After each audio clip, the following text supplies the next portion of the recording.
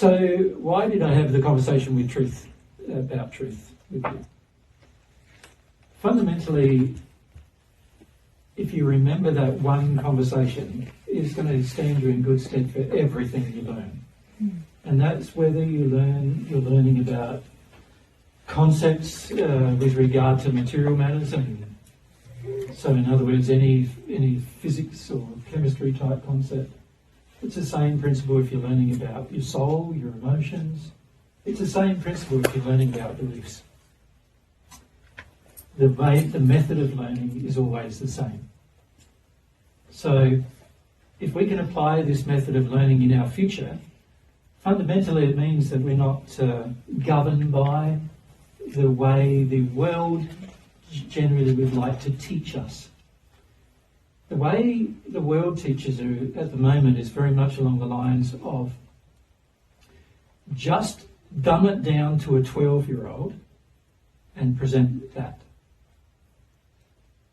And it's a common thing said in television. You know, we've gone to many interviews, Mary and I, and one of the common things that producers say at those interviews is, we've got to remember that our audience is really the intellectual level of a 12-year-old. And so they want to ask very basic questions about highly complicated things. And of course, you're never going to be able to share the truths about those highly complicated things if you're restricted by the development of the individual to a certain intellectual position. So it's very important that each of us understand that emotions will, to a large degree, govern what you're prepared to learn. And those emotions are going to have a huge impact upon your learning ability in the future. And the main reason why that is the case is because we need to understand the construct of the soul and how the soul actually works. So we need to understand the human. And before we can really learn anything ourselves as humans, we need to understand ourselves first. And that would make a lot of sense, really, wouldn't it, if you think about it? Like, how can you understand a lot of external things if you don't yet really grasp how you work? It's a fundamental thing to understand how you work, so then you can understand your relationship between how you work and how everything else works. And this is what I'd like to talk about with you now. So,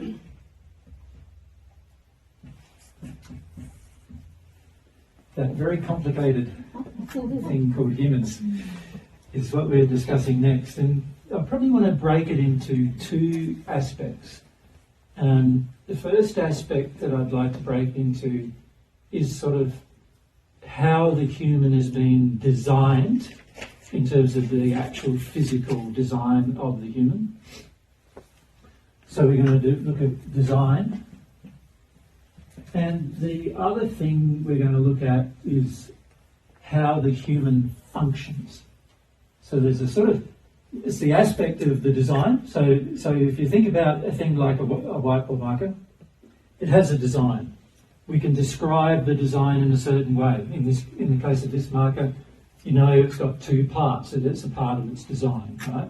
And then you know that part of it is an outside thing you can grab hold of, made of plastic in this case. Then there's a wicking mechanism and some ink inside, and that's all a part of the design, right?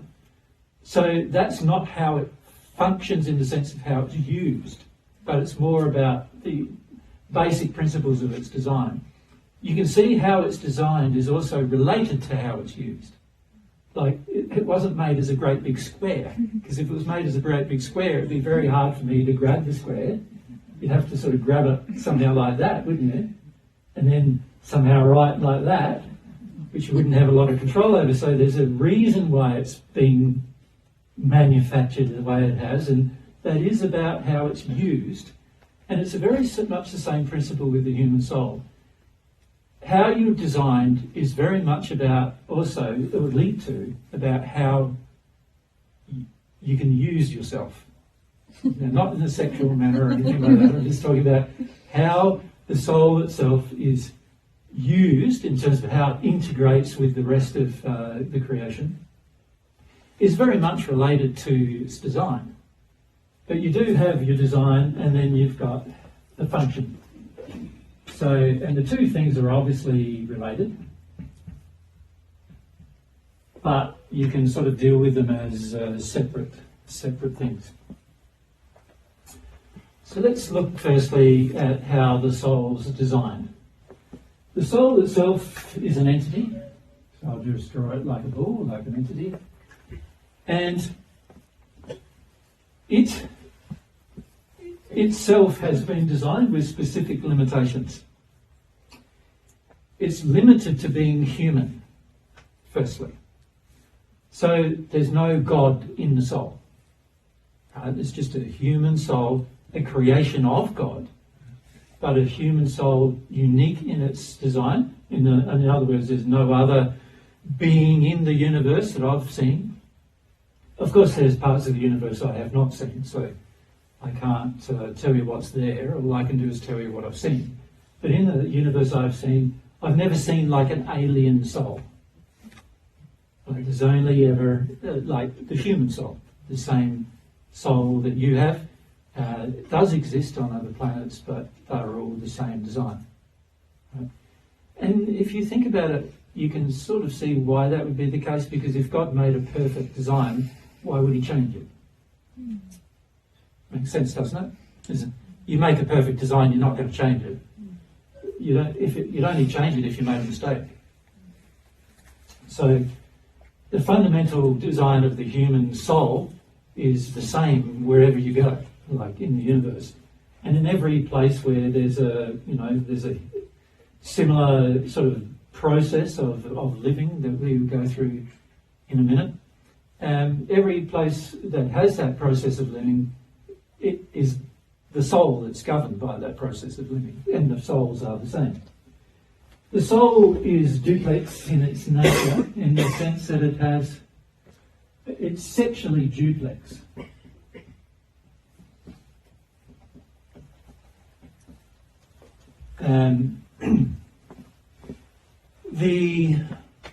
The quick way of saying is that it's male and female, but that's not an accurate way of saying it, really. The accurate way of saying it is that it has two halves that are sexual complements. Right? Now, how those sexual complements operate is going to be very much dependent upon the degree of masculinity and femininity in those complements. So, but they are sexually duplex in the sense that the two halves are sexually attracted to each other.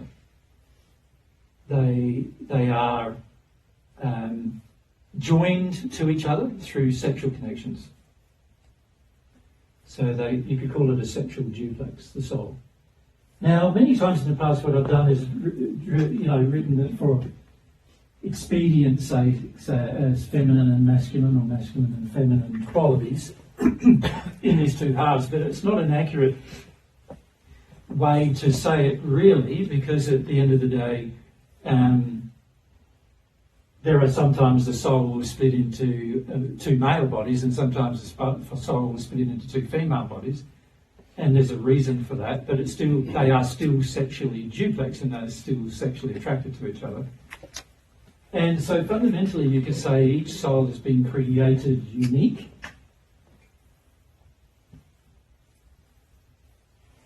In its nature, so in its personality.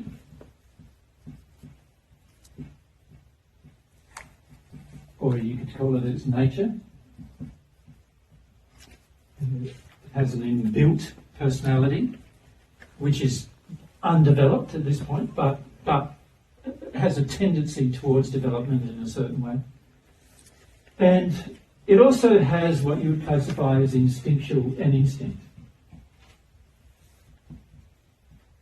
In fact, every living creature God has designed all have instincts. They all have laws that govern those instincts. So the law, which is being created by God as well as a framework, is designed as a framework or a structure in which the living creature can exist. And so the living creature itself, whether it's a human or a lesser creature, The living creature itself has to be designed to have instinct so that it works instinctually in harmony with laws that pertain to its survival. That makes sense? So your body instinctually has been designed with a set of laws that governs its survival. Your spirit body is the same, and more importantly, your soul, which is the thing that defines those two bodies, is all instinctually governed as well by laws.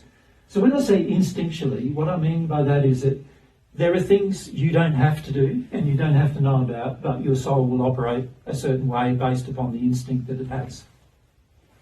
Right? So in that regard, you're like a creature of any kind which has an instinctual nature. Now, the instinctual nature is required in order to be able to live in a universe that interacts with the soul itself. So the soul needs to be instinctually in harmony with that universe in order to maintain its own survival. Does that make sense? It needs to be created in such a way that it can function in the universe without there being a need for you to learn something in order to function in the universe. Right? So there are certain instincts that it has, and we will go through those instincts later as to the fundamental instincts that it has. But the main thing to bear in mind is that it's, you could say, pre-programmed, if you were thinking of it like a computer. It's pre-programmed to operate in a certain manner in order to continue to survive in the universe in which it's been placed. And in fact, the soul itself has been built from the universal, there's the infinitesimally small particle that God has used to build everything, and the soul has been built with the same particle. And it's been built with the same particles that your body has been built with and your spirit body has been built with. But unfortunately, no human has ever seen one of those particles because they're so small. You can't even see them. And no matter what measuring apparatus any human in the spirit world or in the soul universe has created to measure those particles, we haven't been able to. That's how small they are.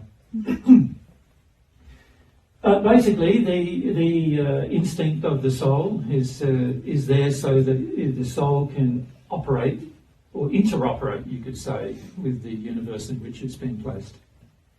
Make sense? So these are the fundamental characteristics of the soul. It has been given one quality which is not personality or nature, but which is a part of the ability to become self-aware. So it begins with not being self-aware, but it has the ability, it's able to become self-aware. And in fact, it must become self-aware. It's forced into becoming self-aware.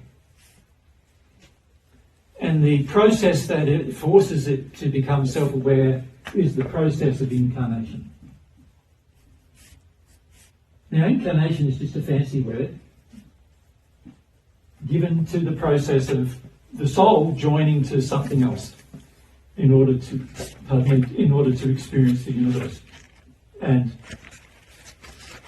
there are parts of the universe. There are two parts of the universe that are provided for the education, and we need to talk about the universe at some point. But the two parts of the universe that are provided for the education of the soul, you could call it the preschool part of the soul. The preschool part of the education of the soul, and then you could call it the primary school part of the soul. The preschool part of the soul is the earth, and the primary school part of the soul is the spirit life. And those two parts of those two lives, you could call them, the life that you have now and the life you have after you die, they're just all educating you to the point where you can be an adult. But given the fact that there's an infinite progression, I often think of it educating you to the point where you could walk. From the soul perspective, walk, where you can start to really engage your life fully. And the process of incarnation is a process of, the whole purpose of it is to individualize the soul. What that means is that for you to become aware, to become self-aware and to recognize yourself as an individual. The process of incarnation being that it joins to the bodies in order for you to go through an experience so that you become aware that you are you. And you become aware, you become a self-aware being. This individualization process is complete the time you were conceived. So the moment you're conceived, you are now an individual having an experience that begins to be conscious. It's a growing experience where consciousness grows, but it begins at the point of incarnation. And that begins at the point of conception. The soul is the thing that is learning, and the bodies are the things that are growing. And even in the body's growing, the soul is learning. So the soul, of which it consists of the two halves, is the real you. That's the real human. Your body and your spirit body are not the real you. They are apparatus. You could call them attributes. You could call them, attachments that the soul uses to experience itself. And when I say the soul, I'm using that word very loosely here because it's really the half of the soul that needs those things in order to have an experience. And we need to say, this is talking now about the sexual duplex. The sexual duplex, the way it works is the sexual duplex you have to become aware that you are a sexual duplex in order to become aware of the soul. So you have to become aware that there is a you and there's another half of you. Right? And the way God's designed the entire progression of your life on earth, in terms of the instinctual progression of your life, is to force you into becoming aware of the other half of you. So every single soul who's ever lived and ever will live will come to the point of understanding that they're a half of the soul and that there is another half of themselves out there somewhere. And that is forced upon every soul. In other words, when I say forced upon, it's probably the law determines this will happen for you no matter what. There's no exceptions. Is there any questions about that so far? Oof, thanks. You mentioned that the design and function of the human is perfect. And I was just wondering, perfect for what purpose? Perfect for the purpose for which it's been designed. Here's the answer. God designs creatures, all creatures that God designs are perfect for the purpose for which they are designed. And the human, of course, being the pinnacle of that, is the pinnacle of that relationship between perfection and design. So we are perfect for the way in which we've been designed. Now, when I say we, many of you are thinking your body. Many of you are thinking your mind, your body, not thinking your soul, right? And this is where it's very important to understand the difference between what you are as a body versus what you are as a soul, right? The body is just an appendage. So when I talk about you, or when we define human, most people start thinking human body. They're sort of fixated on the human body. So the human body is a perfect creation. We'll talk about the body in a minute, but it's a perfect creation for the soul to experience itself in the physical universe. And we need to look at, there is three universes, obviously. There's the physical universe, the spiritual one, which happens after you die, And then the soul one, which happens after a union takes place between the two halves. And those three universes, you like, have to be experienced somehow. And the two of them that happen without the other half are there to prepare you for the other half of you. So the primary function of the universe is your playground to prepare you for the other half of you. So you recognise you are a sexual duplex. So it's very important to grasp that being a sexual duplex is a very fundamental principle about how your design's been how your soul has been designed and created. So your body has also is the perfect receptacle for your soul to use in the earth life or the life in the physical realms, so that your soul learns the maximum amount of things it can learn while you're in the physical realm. Your spirit body has been designed specifically for the same purpose, but in the spirit realm.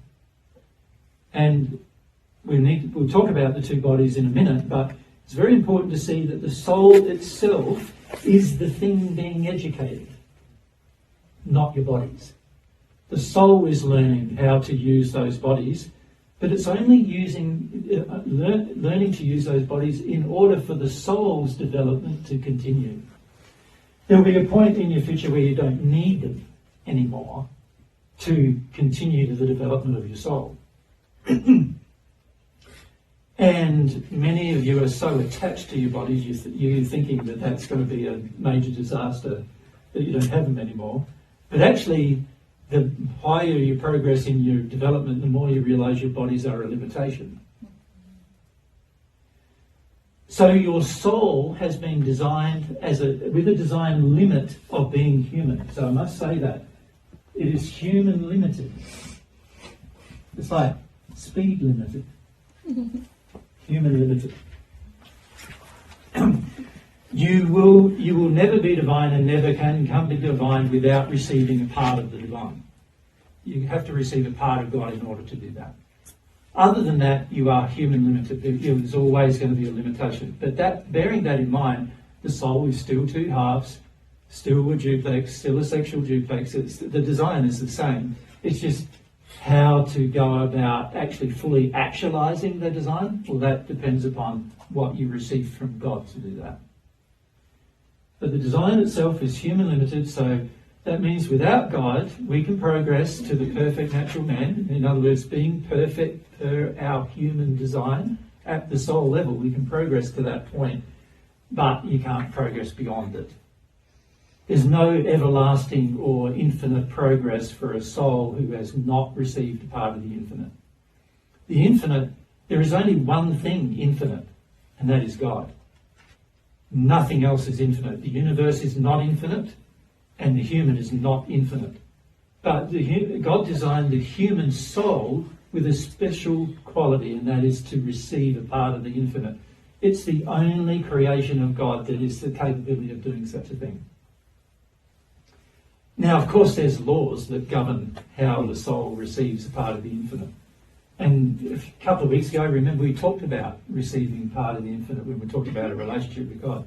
But the soul itself, functionally, you could say has been designed with instinctual qualities, and also has been designed with qualities that it has to imbibe or develop, but also has been designed with the potential to receive parts of the infinite. So you could say there's sort of three main parts of its design. There's firstly its physical design, right? So how the soul has been physically designed or shaped.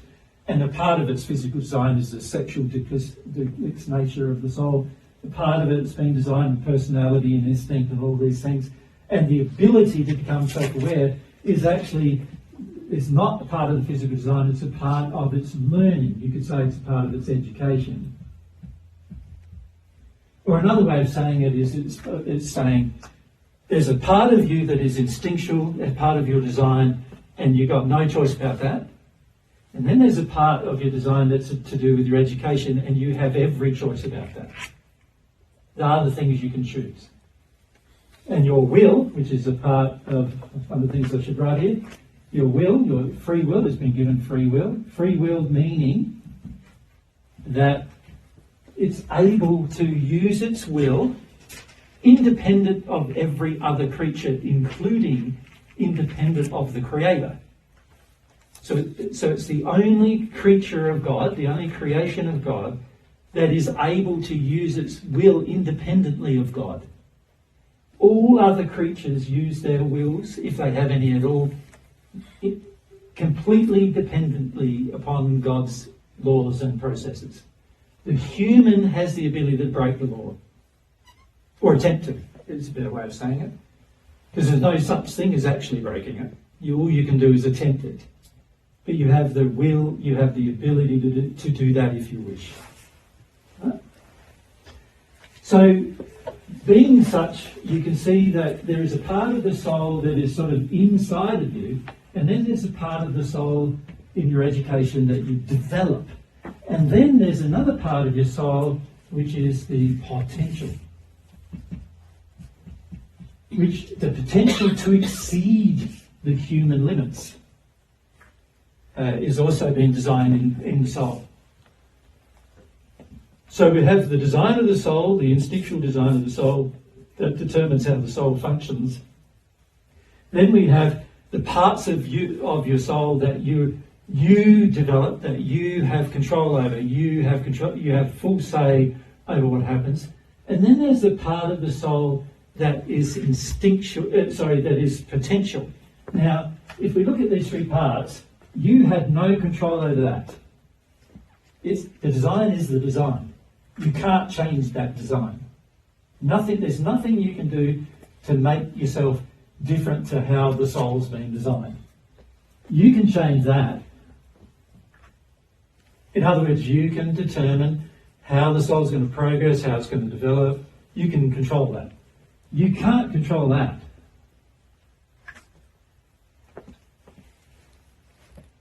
The potential itself exists by offer. You can't control the offer being given to you. All you can do is accept the offer. So there's the potential, and then there's the realization of the potential.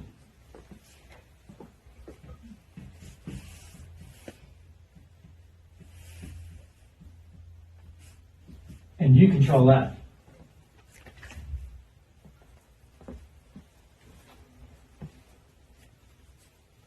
So you could say what's happening for the soul physically and with its potential, that's a part of the design.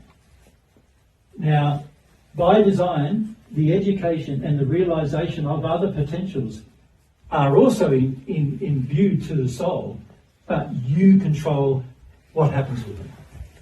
So you have some control over that. There's laws that govern those things, of course. There's laws that govern your education, and there's laws that govern the realization of divine potentials.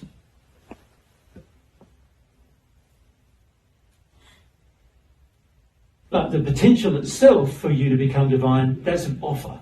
That's something God offers.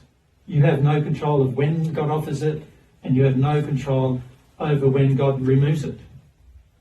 Right? That's an offer directly given by God to the human soul, and it's given individually. It's not given collectively in the sense that so the potential is given, but the realization of potential requires you as an individual to do something in order to realize the potential. I can't do it for you. You must do it for yourself. The same applies to education. I can't educate you. You must do it for yourself.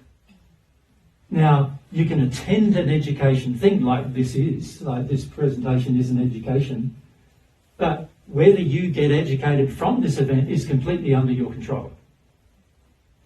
I have no control over it. I have no control over what you accept and what you reject. I have no control over how much you accept and how much you reject. I have no control over how you feel about what you accept and how you feel about what you reject. I have no control over how fast it happens either. That is completely under your control. Everything, every bit of your education is under your control. The faster you engage the process of learning, the faster you'll grow. But of course, that applies in every area. You've got to engage the process of learning in every area. If you just try to engage the process of learning in your intellect, then of course you're missing out all the other things that you need to be educated about. Your senses, your apparatus of your soul, your instinct, your will. And there's a lot of other apparatus of the soul that you're completely neglecting in that place. And so your development is going to be very slow, right? But if you engage every part of the soul that you possibly can to develop, then naturally your growth is going to speed up because you're absorbing information in lots of different ways, not just with your mind. This is very powerful if you can learn how to do that. So the fundamental design of the soul, being sexually duplex, is that God has control over certain things and you have control over certain things. And you need to give up control of the things God has control over because it's useless trying to control those things. And you want to embrace and be responsible for the things you have control over rather than trying to give away responsibility for those things. So in other words, do not give anybody else responsibility for your education. Never do that. Because if you do that, you're now allowing someone else to determine what happens to you. That is only going to result in pain. You can't give up your responsibility for your education.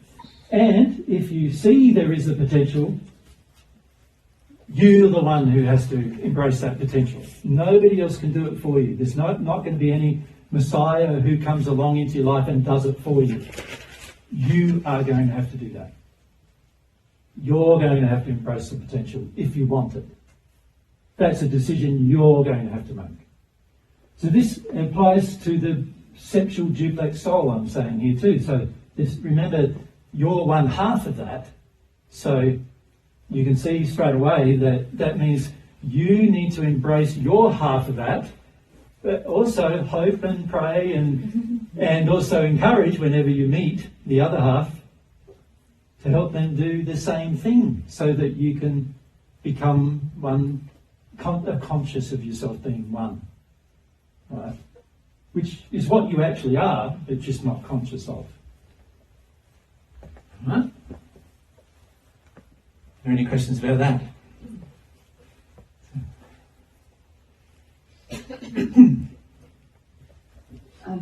So there is no higher spirit or spirit guide which could help us in our education. You used to talk about. No, I never. So I'm not saying that. There's lots of helps you can get for your education. Yeah, thank you. But you are responsible for it, not them. Not so what you imbibe and what you choose to do and what you say you're going to do and what you're actually going to do, that's not up to them. That's up to you. So very important, reader, to see that it's you've really got to see that your education is you want to absorb education from every possible source you have available at your disposal. Yes, any way you can be educated. Many of you don't do this yet, but you want it every way you could possibly be educated. You want to be educated. You want to soak up the education, right? You're a constant student. Yeah, I agree with that. Oh, I don't agree with that at all. Yeah, okay. Not at all, no. Yeah, no, I'm so amazed about all the truth you say, and I have experienced other people who have read the Nakamai and other scriptures and say, yeah. Yeah, but I don't agree that you're doing that at all. There's so many limitations you're placing on it for yourself that you're using a tiny little way to educate yourself at the moment, and you'll see this in the future. And the average person does this, and they convince themselves they're doing everything possible when they're doing hardly anything to educate themselves. You're doing hardly anything to educate yourself at the moment. Now, that's a part of humility, recognising that you have done very little to educate yourself and that mostly your life is caught up with all sorts of other things other than education of yourself particularly at the soul level, is a very important thing that a person needs to understand before they're going to fully embrace their education.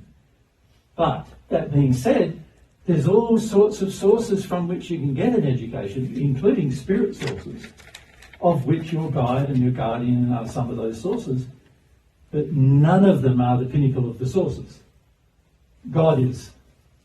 Right? So anything that prevents you being educated from God is the most important thing for you to address.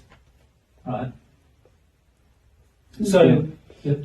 It's very important to understand that education is under your control, but many of you have deluded yourselves into thinking you are educating yourself when hardly you do anything about it at all, and particularly hardly do anything about it emotionally or with your belief systems that are unchanged. Ever since I met you, for example, your belief systems are unchanged. So that tells me there's no education going on in your belief systems, no education going on your emotions, still much the same as when I met you. Now, sure, you've had some intellectual education, so that's improved. I see from an intellectual point that you are it. Whereas I was doubting it. Oh, you mean I was doubting when I was away from you. Oh, you were doubting that I was Jesus, or yeah. Well, that's pretty normal, really. The average person would doubt that until something's established to prove that to themselves, and until they go through an experience. But that's only a minor part of your education, to recognise who you can talk, who you can listen to. You know, who's wise to listen to versus who isn't wise to listen to is a minor part of your education. Because the real education happens inside of you, like it's changes that must occur inside of the person themselves. And there's nothing, as I said, there's nothing I can do about the changes you make. Only you have control of that. I can't control all that. This is a part of how you've been designed. It's really important to understand this, because if you can understand that there's nothing anybody else can do to change you, then you'll have take a lot more responsibility changing yourself, rather than putting the responsibility on other people to change you. And this is a very important part of, realising what you need to do in your life. So there's people on earth right now, many, like Christians, are waiting for Jesus to come. And what do they want? They want him to change them. Right? It is never going to happen that way. And it cannot ever happen that way, because God's given personal responsibility to the human, that they themselves have to be the controller of their own change. Right? So nobody else can change you. You can engage a potential which can change you, but only if that potential is offered. So God might offer you love, but if you have not realised or understood the laws in the process of receiving that love, then fundamentally you won't realise the potential, what's happened with, so fundamentally you'll remain the human. So many of you are remaining the human for that reason. You're remaining the human because you're yet to realise, how do I engage the law that engages the potentials I'm being offered? That makes sense? So this is very important to understand about the soul and how it's designed. If you understand the fundamental principles of the soul and how it's designed, there's things you can do to change your life to make sure you're living in more harmony with the way the soul's been designed. But if you don't understand the soul properly, and here I'm not saying intellectually understand, am I? Because how did I say earlier you come to understand the truth? It has to be intellectual, which is the small part. And then there was, remember we talked about senses, which is a much larger part than the intellect, because the intellect is like just you could call it like a central processing unit that just, without the inputs, it's really functionally disabled. And you need all the inputs to be working in order for the central processing unit to be able to chuck information here and there and to work things out, right? So it's very important to understand that the brain is, or you could say your mind, is your central processing unit, but it's functionally incomplete without you having your senses. Those senses include your physical body senses, right? But it also includes your spirit body senses, But more importantly, includes all your soul senses, which are a superset of the spirit body and physical body senses. So you must use your senses in order to grow and change and learn.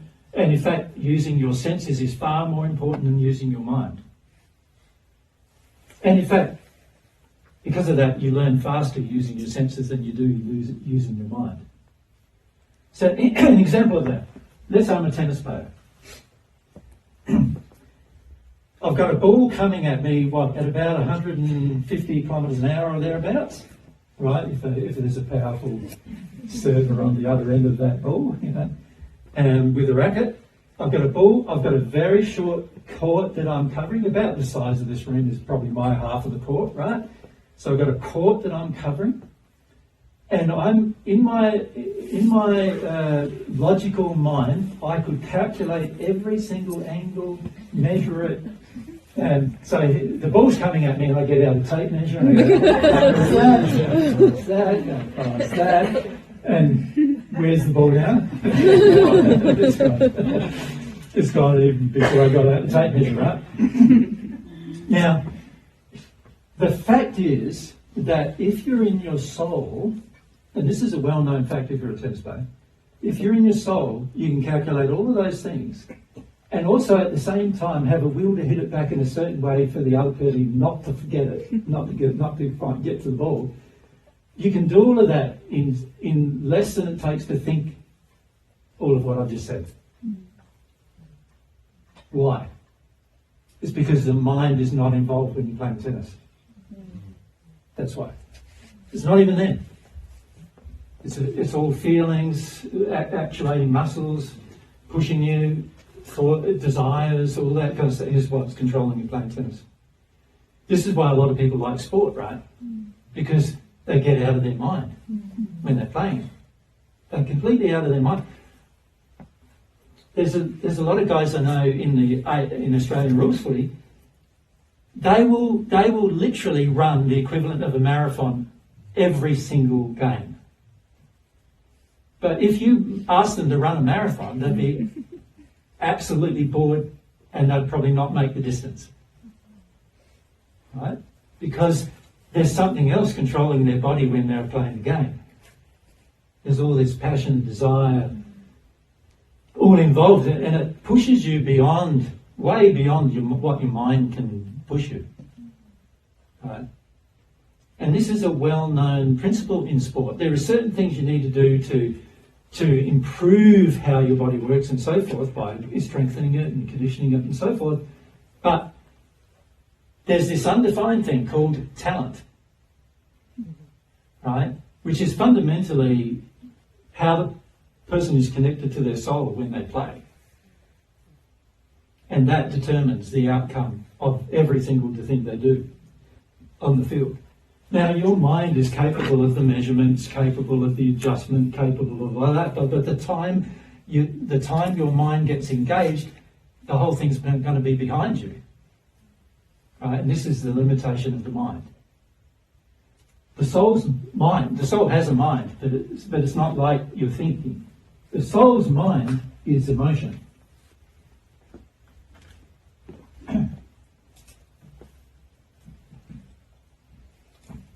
That is the mind of the soul. Everything is based around the functioning of that mind, the soul's mind. So when you read the Paget messages where we talk about the mind of the soul, that's our meaning. The emotion of the soul, which governs single thing you do. You can do it a lot faster if you let the soul do it than if you let your mind do it. Just like the guy playing tennis, if he was only connected to the mind only and nothing to do with the soul, feelings and emotions, he would be unable to respond to a single ball being racketed at him. Make sense? I don't know if this is really a question, but it's stirring something up to me that I didn't realise, like, playing sport, you're in your actual soul, and that potentially, like, we in our soul a lot more than we maybe think we are. Yes. And is it, it feels like it might be easier than what I've thought of. Exactly. Yeah. Exactly. Yeah. And the key is to come to trust all that. You know, the average person doesn't. Their mind gets in the way a lot. You know, your soul often leads you down a path that your mind then rebels against. Now, your mind rebels against it because you have other feelings, emotions, which are injured or sinful, you could say, out of harmony with love, that dominate the mind and dominate what the mind responds to. So remember, the mind is just as good as its inputs. If the inputs are all loving, then the mind's going to respond in a loving manner. If the inputs are all unloving, then the mind's going to respond in an unloving manner. It's quite simple if you think about it. It's like you put data, bad data in a computer, what happens? Do you get the truth out of it? No, of course. You just get bad data multiplied by the bad data, right? To actually have a functioning thing that's going to work when it comes to a CPU or a computer, which is fundamentally what your mind is. If you have a thing going on with the mind, you know, talking about the intellect here, if you have that happening with your intellect, it's only going to respond to the data it's given. And remember, the data it's given is not just information. It's information collected by the senses and the emotions and the will and the beliefs. It's not just information collected by the mind reading something. Does that make sense, right? So when your soul is collecting information, it's collecting information from every possible source. So that's information about, like, all of your feelings, all of your emotions, all of your senses. That's all that's coming in. They're all apparatus used by your soul to collect information and then to be able to make decisions, right? Your mind isn't doing that. All your mind is doing is it's just collecting, like, information that you can mentally process, right? Which is a very, very minor subset of the information that's actually available to you. Makes sense? Yeah. Yeah. I know you've talked about this for years, but it's kind of... Sort of a new revelation, right? Yeah. Yeah. And this is what's very important, is that sometimes you can hear things over and over again with your mind. And then there's no sort of heart opening to the concept, because in your mind you think you get it. And this is a big problem. In your mind you do think you get things, and your mind just goes, I got that, I got that, I got that. And from a soul perspective, you've got none of it. Right? And this is because the apparatus of the soul for learning, your mind is just a tiny, minor, the smallest actual part of your learning. And then your senses are a much larger part of your learning. And then your emotions are an even much larger part again of your learning. And your spiritual desires and beliefs and concepts are the biggest part of your learning. So unless all of these things are incorporated into one process of learning, your soul is incapable of really learning. So your mind becomes like you could say it's like a door or a blockage to your learning, right? If you're just using your mind. And this is why when a person becomes more and more intellectually dominant, it's like they're blocked to learning. And they can't learn anymore, right? Because they're only learning what the intellect will align with and nothing else. And there's so many things the intellect can't align with. And in fact, there's so many things that the intellect needs the other things in order to align. It needs your emotions, it needs your senses, it needs your beliefs in order to align in harmony with truth. Yeah. Make sense? Just next to you, Charlotte, please. I have a question about the self-responsibility part of educating. Mm-hmm. My family members sometimes ask questions about divine truth, and I get very excited about that and share things with them, but I feel they are not willing to educate themselves by watching videos, and I wonder if it's even good to share with them. Of course it is. Yeah? Yeah, because they're giving you an opportunity to educate them, Yeah. even though they are not really, at this stage, very dedicated to their education. But weren't you not very dedicated to your education when you began? I don't know if I'm at this point in time even. Exactly. Dedication to your education is a growing thing, is my point. So how a person starts, there could be many mechanisms by which a person's education begins. And of course, there's a growing amount of self-responsibility the more important you believe it to be. The average person on earth doesn't believe their spiritual education to be very important, and so they don't spend a lot of time on it. Once they realise it's important, then they'll spend a lot more time on it. Make sense, Charlotte? Now, if you can be the beginning of them beginning to see some importance in it, isn't that a good thing? Yeah, I do love it. Yeah. But also, it's all through my injuries, right? Yeah. It is, but that's better than not saying anything at all when you know something. Or that you've heard something that you just don't know yet. It's better to share what you've heard as a possibility than share nothing at all, isn't it? Yeah. Yeah. So, many of you get very complicated about that matter. Like you get very complicated about the desire to, share truth and so forth. But my feeling is share it whenever you're asked. Of course, if you're not asked and you want to force it down a person's throat, which many of you have done, right, when you think about it, that's not good, eh? Because now you're breaking the fundamental concept of how the soul's designed, which is free will. Yep, you break that, you're going to end up with lots of trouble with people, yourself and other people. Makes sense? Yep. So never share the truth if you have to overcome somebody's free will to do it. And in fact, if you do that, you are not sharing truth even. What you're sharing is your own addiction with the person. And that's going to be very damaging to... They're going to associate your addiction with God's truth. And that's going to be very damaging for them to do such a thing for their future. So very important that you honour a person's free will when you share truth. Now, many of you don't realise how much you don't honour a person's free will already. So when you think, I've got to be careful here, oftentimes you're not careful enough. Because you're already in a state where you're a bit forceful with people about other things. And so when it comes to the opportunity to share the truth, you go way beyond how the person's exercised their will. Yeah. And that's not good either. But when a person's questioning and asking and prodding you for answers, you just keep answering until they stop questioning, and then you stop answering. Now, in some cases, I've gone on for 8 or 9 hours, like that, right? And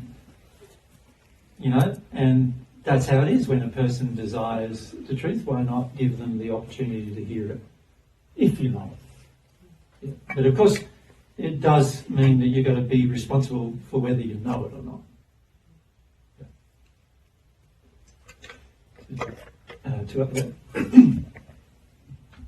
Jesus, I'm just wanting clarity. Where does law of attraction come into it from a soul perspective? Is that in collaboration with God?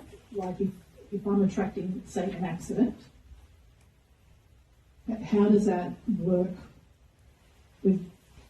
Is that the soul attracting that, or is that in collaboration with God? No, God doesn't want to cause you to have an accident. In fact, God wants completely opposite for that to occur. I know, but just to correct an error within an injury within my soul. No, God would rather a lot softer way of you correcting an error. God would rather you see the error and correct it rather than you getting injured in the process. So in regards to that, is that the soul? Have I attracted that? Yes. Through my soul is doing that. Yes, but it's the stubbornness of your soul that's doing that. Okay. So it's not, you could say it's not the actual pure desire or nature of the soul doing that. It's your sinful desires doing that. Does that make sense? So we attract accidents and diseases for the same reason, and that is for correction. But It's the sinful part of the soul that does it, not the pure part of the soul that does that. When you're in a state of purity, you won't get sick and you won't attract accidents. You may attract events where other people cause you pain and suffering, like hanging on a stake, for example, but it won't be your attraction, it'll be theirs. They'll put you in that position and there's nothing you can do in your free will to stop it that wouldn't otherwise damage somebody else, and so you wouldn't choose to do that. But the rest of the time, you're creating all that. The accident, the sickness, the disease, that's all created at the soul level. Remember I said earlier with truth, anytime I'm in disharmony with truth, it creates disease, pain, suffering, and so forth, right? So it means there's a truth. I'm being stubborn, very stubborn, so stubborn that the law has now interacted with the stubbornness of the soul to sort of like hit me with a brick rather than hit me with a feather. You understand? Yeah, so you can learn by getting hit with a feather, or you can be learned by getting hit with a brick. And that fundamentally is your choice. And many of you don't realise how stubborn you are. Very stubborn, like in your soul. Even sometimes the most gentlest of persons on earth are very stubborn in their soul about learning some truths, you know. And so the more stubborn you are, the more things that you can, the more insensitive you become. And the more insensitive you become, the more difficult it is for external things to have a breakthrough into your awareness. So for many of you, you need a disease or a accident, and there's many times when I've needed one, by the way, I must say, particularly in my younger years, where I needed such things in order to become aware. Make sense? Thank you. Because of the stubbornness. Yeah. Read it.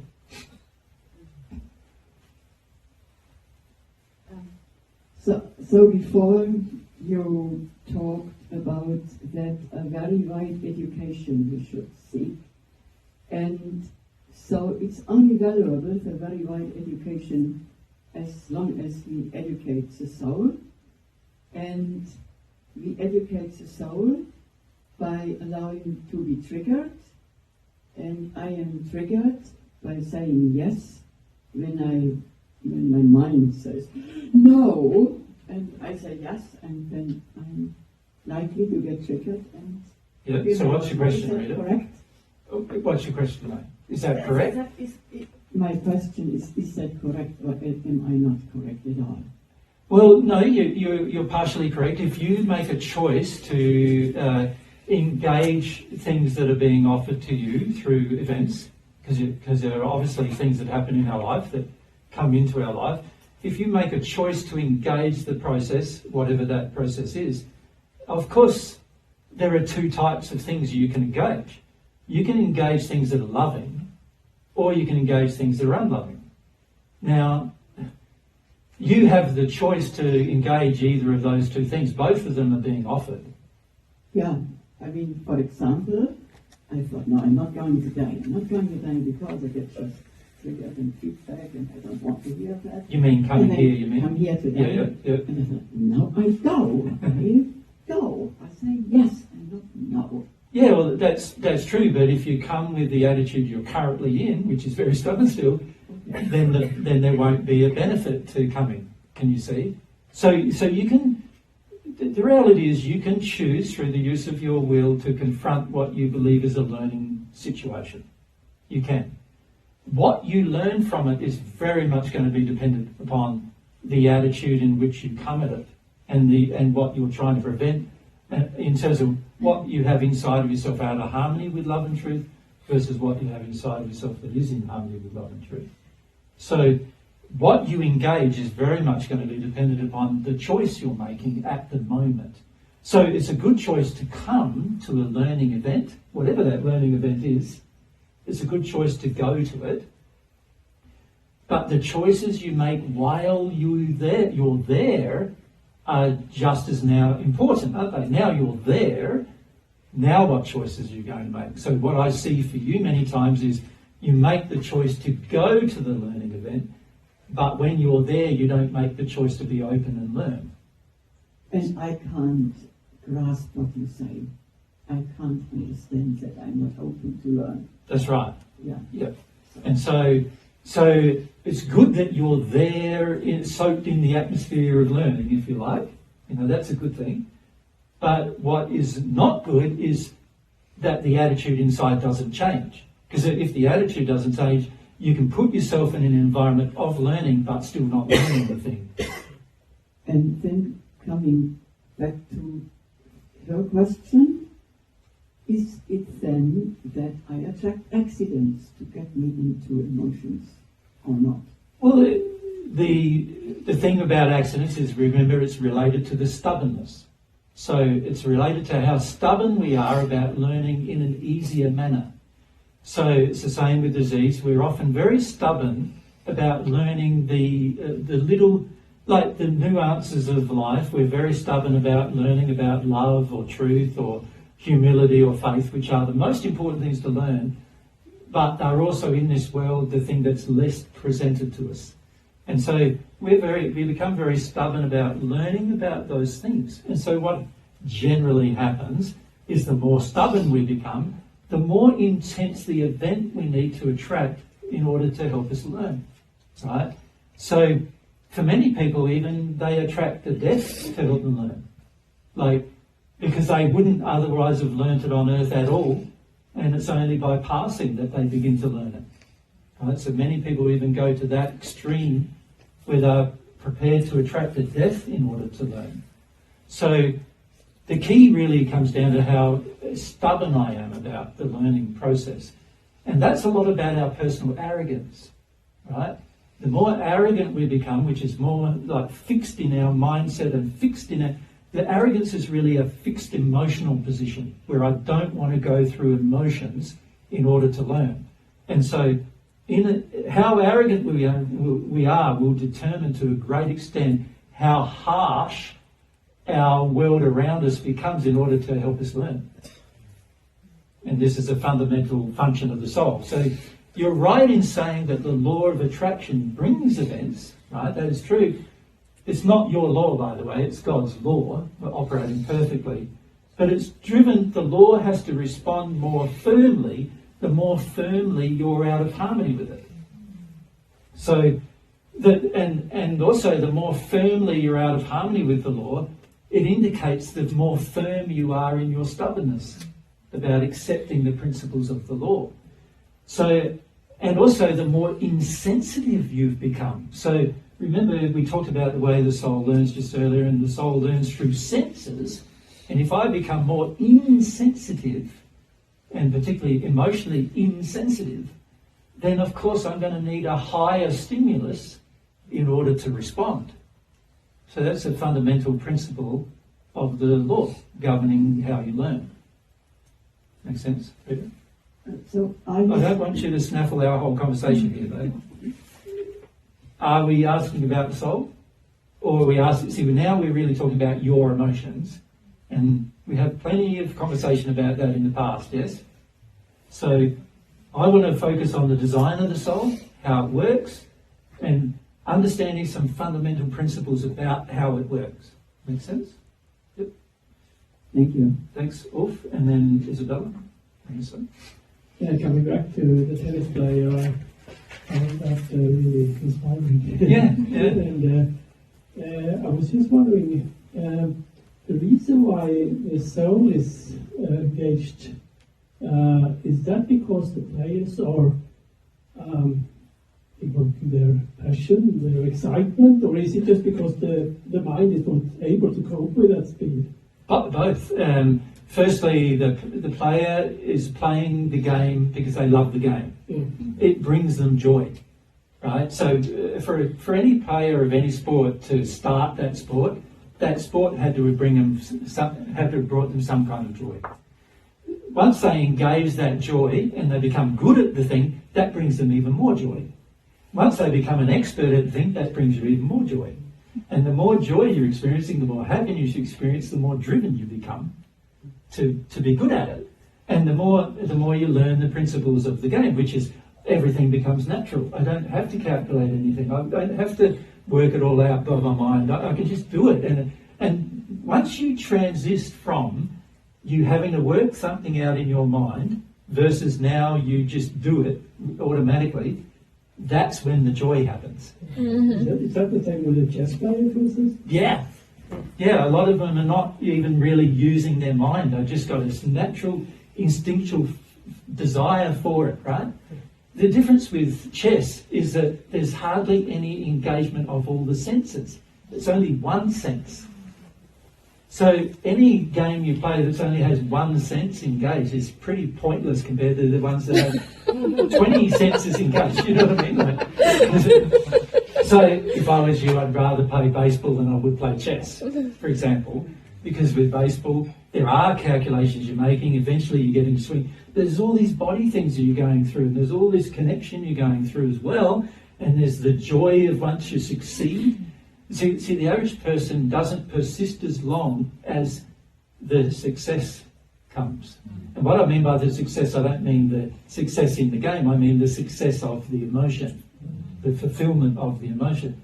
The average person gets so frustrated and so down on themselves and angry and bitter and twisted about the game, like people play golf. Yeah, you do that a lot, right? Oh, yeah, you know, and they get so frustrated about the game that now the flow can't happen because fundamentally there's all this emotion that's now hooked into the game and being successful. You know, when it comes to any game, the purpose of the game should be to engage all your senses, right? So anything that engages all your senses, as long as it's not violent, so I don't recommend going and playing rugby in Australia or something like that, because it's quite violent and you're going to get knocked senseless sometimes. In other words, the damage to your body is going to be so much you're going to be unconscious sometimes if you're not careful with that game. So I'm suggesting you choose a game wisely that's going to engage your senses and be enjoyable and not done just for the unloving purpose of competition. Playing chess, there's two types of chess players. There's the type of chess player who just loves it, then there's the type of chess player who plays it for competition. Right? Completely different. That's all about a very dark emotion that's driving them now. There's a kind of player of a sport that plays it only for competition. Very darkly driven now. It's out of harmony with love, out of harmony with your design. Bad things are going to happen. You're going to get injured. You know, things are going to go wrong. And this is why many players who do it for competition end up with so severe injuries that they can't play anymore because they're doing it for the wrong purpose and doing it way beyond their desire emotionally to, you know, they don't desire emotionally to damage their bodies, but their desire for the competition is greater than their care about their body. Now, that's a very stupid thing to do when it comes to involving your senses, right? So the important thing to understand, though, is that your senses are, once the senses are all flowing naturally, now joy can occur with whatever you're doing, right? When you're in the learning phase, the average person is learning firstly with their mind and not with their senses. And so you get very confused. It's like, oftentimes I'm given a new thing to do physically, and a lot of people are watching me while I'm doing it, right? And I'm going, but you're not letting me just make my mistakes, right? And learning from that. You're now watching me and criticising me. Now that's not conducive to my learning anymore. And now I've got to deal with all those emotions coming at me, as well as try to learn this thing. You can't enjoy it under those circumstances. Like learning to drive a car. Yeah. So it's like, you know, it'd be great if we could all just get in a car and we had a backyard that was big enough and you just get in the car and you try it all out for yourselves until you get it right. That's what I did. That's how I learnt to drive. We had a road about 1.5 kilometres long. The very first car I got, when I was 16, I got it on a Friday and I had to drive it into the city on the Monday and I didn't know how to drive. I'd only ridden a motorbike. So I didn't know how to drive or anything. So what I did was I got in this car and I went up and down and up and down and up and stopping, starting and up for 2 days straight. By the end of those 2 days, I knew how to drive. Had a bike license and, ironically, a car license, but I couldn't drive a manual. So it took me 2 days, and I did that. But by the end of it, it's like I'm confident in the city. I'm not worried about coordination and all those things because your soul learned. Your soul learned. And if your mind learns, it's not as anywhere near as effective as your soul learning. So we need to learn to become soul-centric beings, because that's what we are. So the human is a soul, not of 2 bodies. It's not the physical and the spiritual body, it's the soul. Your bodies are just like, they do what the soul wants. They do. We were over at Isabel and then down here at Lena. I don't know what my first question was, but it's kind of, when we talk about sports, like, is that the reason why, as a young child, you have big hobbies and doing stuff and are in a flow, but at some point it stops? Yeah. And then you get stubborn and cold. What normally happens to a child is that anything they become good at is turned into a competition. So what happens is you become good at something because you really enjoy it, and then this very dark and evil emotion of competing comes over you. And in the process of the competing coming over you, now there's a lot of dark emotions driving your desire to continue in the development of that sport. Now you're going to be prone to all sorts of problems. You're going to be prone to certain attractions that try to correct that. You're going to be prone to people beating you all the time and coming home emotionally distraught because you've lost, and you're going to become prone to all of these things which are very anti the soul. And so what happens after a while is the child gets so, like, if they're not rewarded through money or some other reward, they become so disappointed with the thing they give it up. Yep. So many of us have given up the things that could still benefit our learning at the soul level, because of these pressures, these external pressures that have happened once we became good at the thing. See, a lot of parents live through the emotions of their child. And so when a child becomes good at something, the parent thinks, I'm a fantastic parent because my child's good at that thing. And then they put a lot more pressure on the child to actually do that thing. As soon as that pressure comes, generally speaking, the average child enters a state of rebellion. And you can understand why.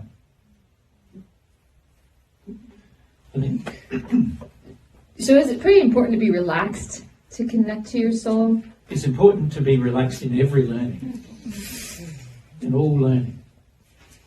Right? So, when you get worried about yourself and you're worried that you don't understand, and all of these things make you not relaxed. So now you're not learning. You've got emotional impediments to learning once those states exist. Make sense? Yeah, it's like you can't even do something simple like say what 2 + 2 equals. No. And also, all of the questions that you would naturally ask if you were just learning, it's all desert you. Mm-hmm. So if you think about you're a child learning and you come to a Divine Truth seminar, question after question after question after question, we'd be like, I make a statement and it'd be everybody's hands up. I don't know which one of you to choose now, right? Because there'd be just question after question after question. When we're in that state of wanting to learn and we're really, really open, there's questions that come from every statement, pretty much. When we are self-conscious and we have, emotions that we're worried about how fast we're learning, we're worried about what we look like, we're worried about our appearance, and we're worried about what people will think of us, and we're worried about all these things, right? That when most people are in company, and particularly when it comes to an audience where we have like 100 people or more, and you're putting your hand up and asking questions, how many of you have had that feeling of nerve build up, nerve build up, nerve build up, nerve build up? Eventually you might ask, but you're so nervous that you can hardly get the words out. That's because you're not relaxed with learning. You have, you could say emotional impediments, sin-based impediments to the learning process. And this sin-based impediments cause you to not act spontaneously and not act like a child and not, you know what I mean? They cause you to do other things other than that. And in the process of that, you're putting up your hand to ask a question, but you're already blocked to the answer. Because does that make sense to everyone? Because you're in such a distraught emotional place that the answer is not going to be able to be absorbed. You're going to hardly even hear the answer. How many of you have had that at a Divine Truth seminar where you've asked a question, I've given you an answer, and you can't even remember what I said? And then you hope that a video comes out and you can go, you know, in a more relaxed environment, right? This is one reason why we have to do videos and audio. It's a more relaxed environment and you can just go, oh, now I sort of can understand what was being said to me, but in the moment I didn't, right? Once you get rid of these emotions, these, you could say, sins, out of harmony with love towards yourself, you will find you'll be able to learn in the moment. Something can be shared with you and you learn it straight away. It's not something that you're going to take 20 years to remember or learn. But that does require getting rid of the impediments in the soul, which are all dulling the senses of the soul from learning. Right? And the greatest impediment in the soul is that anything that exists that is unloving in the soul is dulling your sense to learning. Right? So that's just something to bear in mind. Right? Anything that is unloving. Now, of course, you're not thinking it's unloving. You're thinking, I'm great, right? I mean, when you're in a state where you're not conscious of the sin that exists within, you're thinking everything's fine, and there might be 1,000 things that are unloving and you don't know. Every one of those 1,000 things that are unloving are preventing your learning. And this is why it's so important, if you want to learn, to get rid of your sin. The more loving you become, the easier your learning will be. Yep. And this is a natural way the soul's been designed. Make sense? Thank you. Sandy. I have a question about the duplex, the sexual Mm-hmm. duplex. That's God's design of the soul that is instinctual? Yes. Yeah. Yes. But do we have to develop our realized desire for it to become a potential in order for it to be a reality? It really is this area here where we've been gifted the potential of the union, but without our education, we're never going to realise it, right? Yeah. Yeah. So basically, we're designed instinctively to be the whole soul, but we need to... Well, if you think about it, it doesn't really apply to the instinct doesn't really apply to the two halves of the soul. It applies to the whole soul. You are already one. Okay. It's not. You don't have any instinct to be one. Do you understand the difference? You have been designed so as a complete unit, a whole soul. That's how you were designed. You don't have any instinct to be that. You are that. Okay. You understand? Yeah. So instinct doesn't really apply to the sexual duplex nature of the soul, right? But there are certain things that happen to your bodies, particularly at the time of puberty, that cause you to become aware of your duplex nature. Wow. And that's instinctual, isn't it? That's instinctual, Okay. certainly. That's what I think I'm asking. Does that make sense? Yeah. So during the process of puberty, your soul begins the process of becoming aware of its duplex nature by having hormonal processes get triggered off in the bodies that are triggered by the body's development. And that triggers the soul into learning about its own duplex nature. That makes sense? Mm-hmm. And God designed it specifically for that reason, that you come to learn that there's another half of you. Yep. Now, you are already a complete unit, right? So you can't really say there's an instinctual part of the soul that becomes aware, because you are already a complete unit. There's no such thing. It's a function of your design that you're a complete unit, right? You're just not aware of it. And what's going to trigger the awareness or the learning is certain things that God designed for the body to be instinctual, the physical body to be instinctual. That makes sense? Yeah. So God designed the physical body to go through the process of puberty in order for the soul to recognize its desire to become aware about its sexually duplex nature. Very clever design, if you think about it. Yeah, it's really cool because it's involving, and I guess God is like that throughout all the physical soul.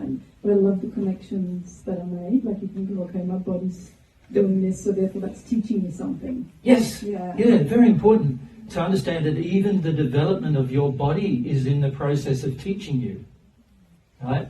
So, you know, the body, during puberty, your body develops sexual urges, right? That's to teach your soul about the sexually duplex nature of your soul. Make sense? Yeah. Yeah? If it didn't develop sexual urges, when would you learn, or when would you desire to learn about where's my other half? When would that happen? If there was no natural process that triggered it for you, when would that happen?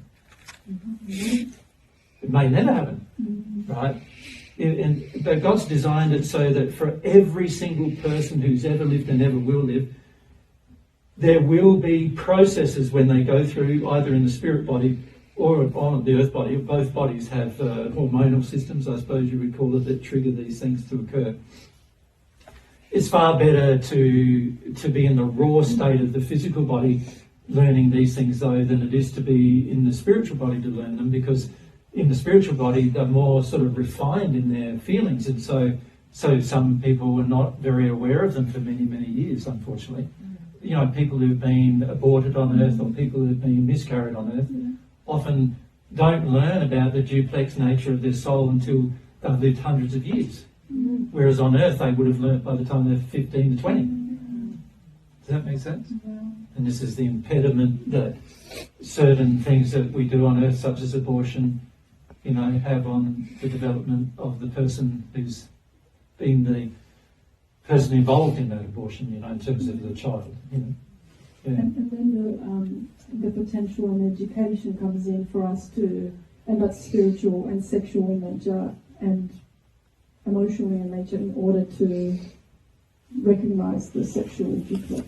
That's right. You can engage your sexual development just on a purely physical level, can't you? Yeah, just learn about like sexual education and then have sex and learn that way. Yeah, and just enjoy your body on that level, sort of thing. But unfortunately, that's going to cause you a lot of heartache, because if it's not married to the emotional and spiritual part of your nature, you're going to be also sinning in those areas, and that's going to cause you pain and suffering. So for the sexual part of your nature to work perfectly and to work and bring you joy constantly, it's got to also be in harmony with the emotional and spiritual part of your nature. Does that make sense? In other words, in harmony with love in all the areas. But if you're sacrificing an emotional or spiritual thing, like for example an addiction for sex, that's always going to cause you heartache. Makes sense? Once again, it's like another level of education, that if you only use the physical, I love God's design in like those different levels of being that we have, you know, that we have been designed with. Yeah, he's constantly trying to teach you that your body and your spirit body is not you. He's trying to teach you that your soul is the real you, and the bodies are just there to help you learn about the real you. And he's constantly doing that with everything he does. And so you look at the development of the body. You look at the emotional development of the body versus the intellectual development of the body. The emotional development of the body happens at the time, well, at birth, a child's crying, so it's already emotional. Intellectual development takes 7 years. Why? What's God teaching you there? It takes a little bit of time to develop, maybe. Not just that, he's teaching you something else. The soul comes first. The soul comes first, the emotions come first. The emotions are the most important part of you. The intellect takes time to develop and everything, and the intellectual awareness takes time to develop and everything. That's all secondary to the actual soul. When do the senses happen? Do they happen when you're 7? No, they happen when you're conceived. They begin when you're conceived. And by the time the body's developed a little bit in the womb, by the time it's about 3 months old or so, it's already got its full sensory apparatus working perfectly inside the womb. So what is that teaching you? What's more important, the senses or the intellect? The senses. The intellect took 7 years to develop. Your emotions and your intellect and your senses are, when you arrive in a birth state, pretty much quite strongly developed in those two areas. Of course, without your consciousness of it, but you are quite strongly developed in those areas. And there must be a reason why God put the sexual sort of development, even though, at 7 you get the beginnings of intellectual development, I guess, and then at whatever, to age 12 or whatever, you start developing sexually. Do you? That's just when we become aware of it? Well, notice when the average person on earth now becomes aware of it. Right? And sometimes in history it was 17, not 12. Do you understand why? Because they were more detuned from the sexual nature of the soul in those generations, and so many people were developing 17, 18, 19, 20. Right? The reality is you can become aware of your sexual nature when you're 5, but it's very, very hard unless you are completely in harmony with your emotional nature and your sensory nature and have some degree of consciousness of your intellect. Right? Which often won't happen at least till you're 7 or 8. Right? You can become aware of it, but also not have the burning desire for it. The burning desire for it occurs at puberty. And why is that? Why is that? Because there has to be some level of understanding of your emotions, and there has to be some level of understanding of your intellect, and there has to be some level of understanding of your beliefs in order for you to properly sexually engage. Yeah, and your free will is more developed too, so you're not like just, That's right, not going to just be under the control of other people doing it. Yeah? So this is all very important, and this is why your development is, did I write it somewhere? Staged. In the previous paper. Yeah. It's a staging process where you're developing by stages. Your learning process requires a foundation, and then you can build on that foundation, right? Yep. And when you're a little child, like 3, maybe 5, as you said earlier, you can be also, like I was already attracted to other boys, like boys, not other boys. Yeah, but usually by the time a person is about 4 to 5, from the way God designed it, they already know what their sexual attraction is. They're just not driven yet by the sexual passion to engage it. So what are they driven by? Like curiosity? Not just that.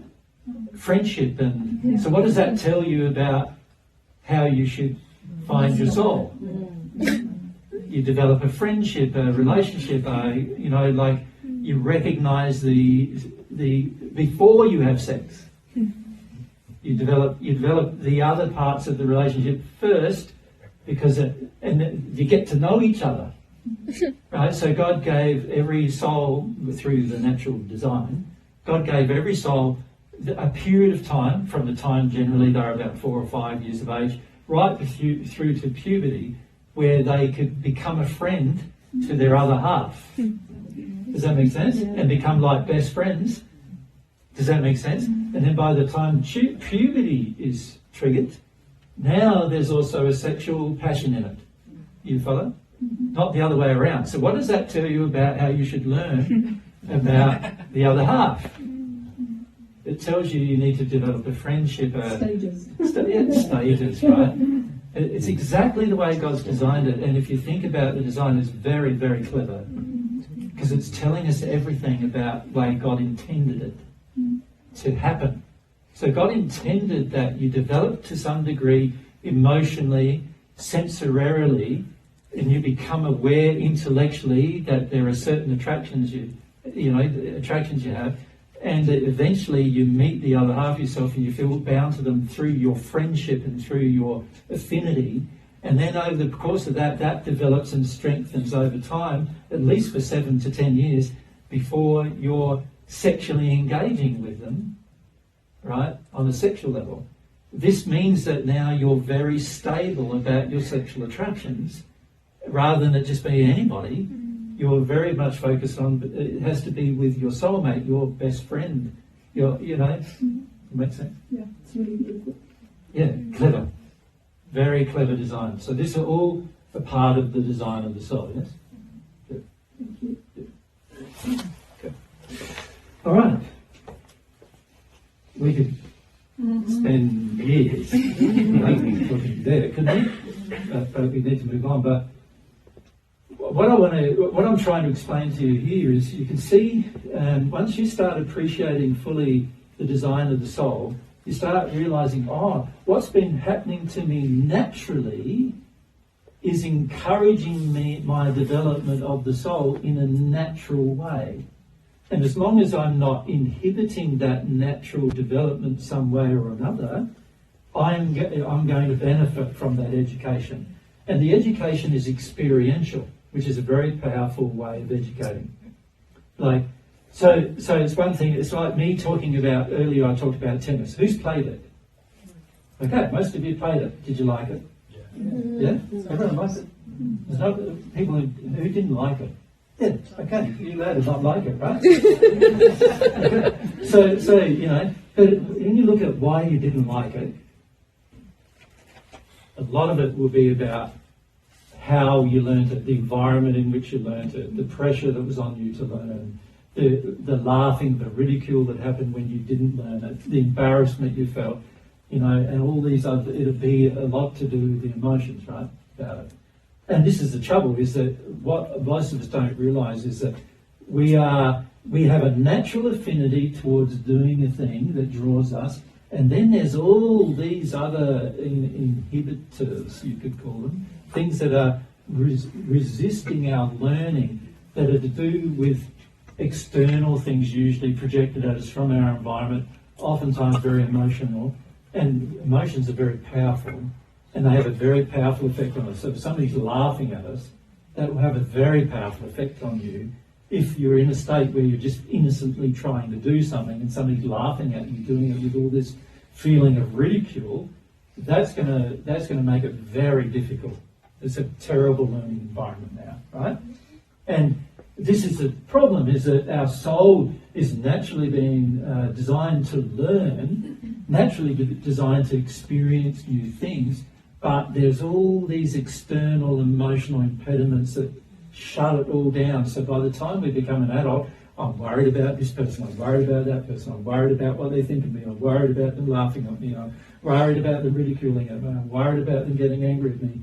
And all I'm really saying is worry, worry, worry, worry, worry, which is really fear, fear, fear, fear, fear, all of which have come from my experience as a child, but now they're all inhibiting my enjoyment and my learning process.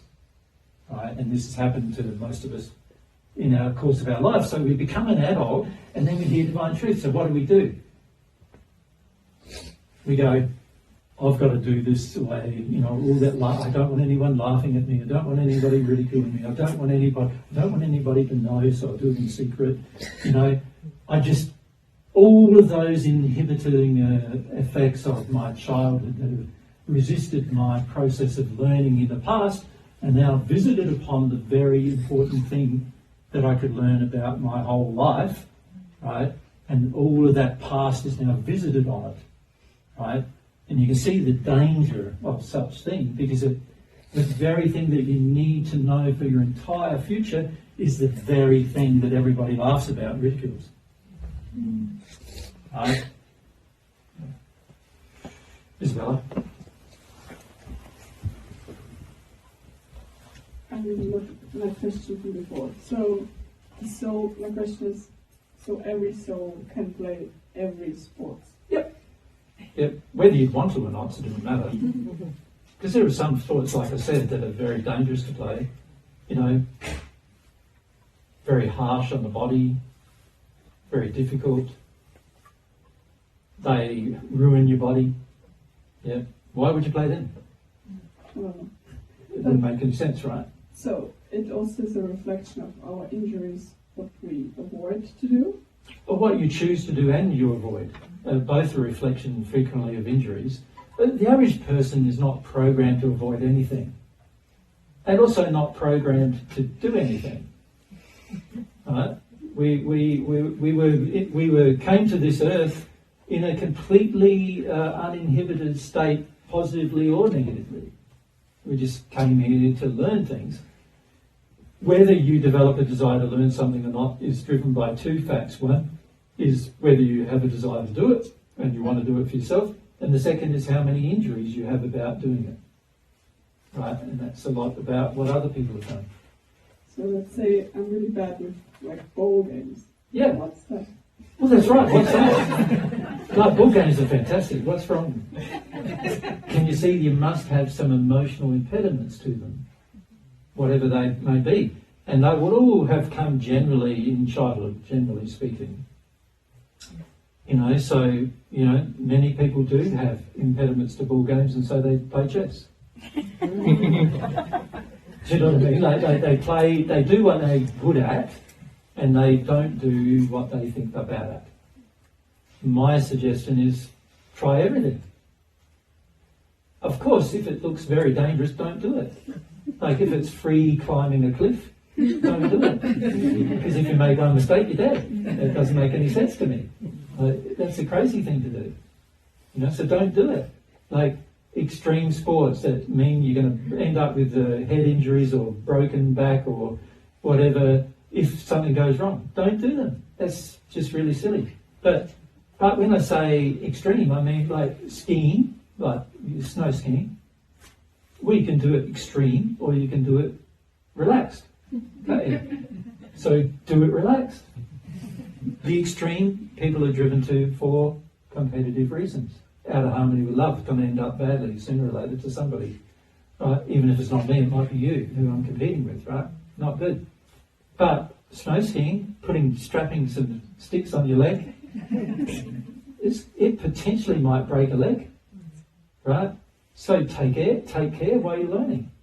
Don't go down. You know, I remember when I was learning, there was this guy who was going, "Go on the black, go on the black, go on the black." And I'm going, "What? Well, why would I go on the black? I don't even know how to ski yet." You know? So I'm not going on the black. You know, I'm going on the what is it?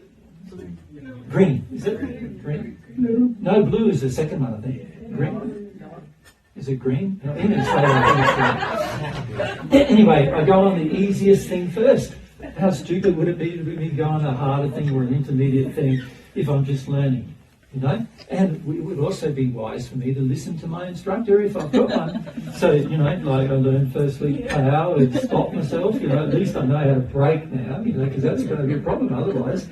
So I learn how to brake first, and then, of course, I learn how to, you know, do the movements of skiing. And then as I get good at it, it feels good, it feels good, it feels good. And the reason what drives you to the next thing is it feels good, not because you're competing with your neighbour and you all toughen it out and you go, "I'm better than you." Not that reason, but just that it feels good to feel the wind on your face and the feeling of freedom that gives you all that. And also parents who are not allowed to do some sports. Like I want to play piano. Yep. They didn't want to. Yeah. So Yeah. that's the first thing I should do.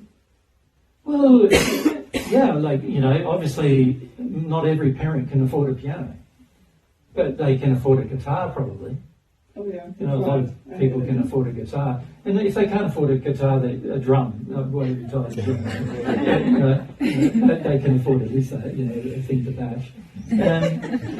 You know, or a little mouth organ or a, you know, something simple. You know, so the very first musical instrument I learned was a mouth organ. Somebody bought it from me, I can't remember who. And, you know, it's cheap. You know, and you don't have to be a rich person to have some music, right? So, you know, with a piano, you have to be pretty rich to get a piano. Like, there was no way in my childhood my parents would have ever had the money to even buy one. Yeah. There was none in my school because of the money involved to buy one.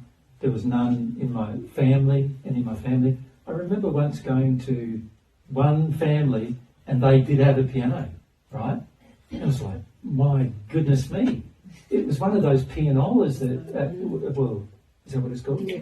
That has a script thing as well. Like, you put in a roll and it plays it for you. You just press the buttons. What an amazing device that was. And it's sort of like, I'm playing a song and I'm not even doing anything. And so your very first experience of piano. But you can see that music can be encouraged in a child by giving it just a small thing. It doesn't have to be a monstrous thing that costs more than a car. The key as a parent is to give your child opportunities for learning. That is within the scope of your ability to provide, not outside of the scope of your ability to provide. So what a lot of parents are doing now is that on Monday they take them the piano, Tuesday they take them the guitar, Wednesday they take them the gridiron, or sport, football, or soccer, or whatever. Thursday they take them to tennis, Friday they take, and Saturday, there's some people who didn't come to this presentation because they've taken their kids to sport, right? And I'm going, what's more important, soul or sport? But soul's more important, learning about that's more important than sport, right? So you also got to consider the priorities. Now, if you're, as a parent, you're taking your children to sport in the guise of them learning their soul, and you're doing it every day, they're learning one very important lesson that they shouldn't be learning in their soul, and that is they have complete control of your life. And they should never learn that in their soul because they don't have complete control of your life. According to the principle of free will, you do. If you don't want to go, don't go. No, that's a very important thing to understand.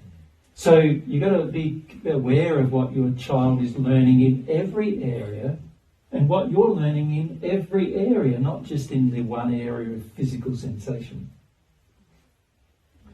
The beliefs that they imbibe through their learning are going to be the most important thing they learn.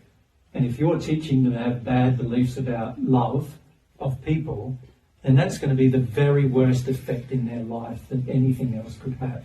So you might teach them how to become a great tennis player, while at the same time teach them how to become a terrible person. And what's worse? Not knowing how to play tennis, or being a terrible person, an unloving person. Well, being an unloving person is going to cause them unhappiness. It's going to cause other people unhappiness. But more importantly, it's going to cause them unhappiness beyond their earth life.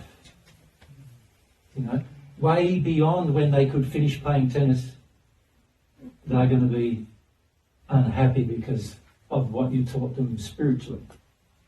Right, so the most important focus has to be the spiritual education. And that applies to you. The most important education you have is your spiritual education, without exception. Rita. I have a question, if that is true, regarding human design function and free will. I remember you saying that we cannot damage, years ago, we cannot damage another adult's soul. They do it themselves. No, I've never said that. Oh, you have never said that? No. Okay. But thank you. No. So you The reality is any action you take can damage another person. However, if the person is in a pure loving state, there will not be any soul damage to that person. Thank you. That was Right. it. Yeah. But of course, all of us here on earth are not in a pure loving state. So naturally, anything you do to damage another person is not only going to damage their physical body potentially and their spirit body potentially, but it's also going to potentially damage their soul. And when a driver of a car Can we causes- go away from those kind of questions? Thanks. I want to just stay on some topic here, Rita. Okay. Alright, so we haven't got the spirit body yet, right? There's our soul. You can see with our soul, it's like, honestly, the most important thing you can learn aside from God is your soul. Anything to do with God is more important, God, God's laws, God's nature, God's character, what God offers, the potentialities God offers the human, they are all more important than your soul, but at the end of the day, understanding your soul is one of the most basic things a human needs to come to understand.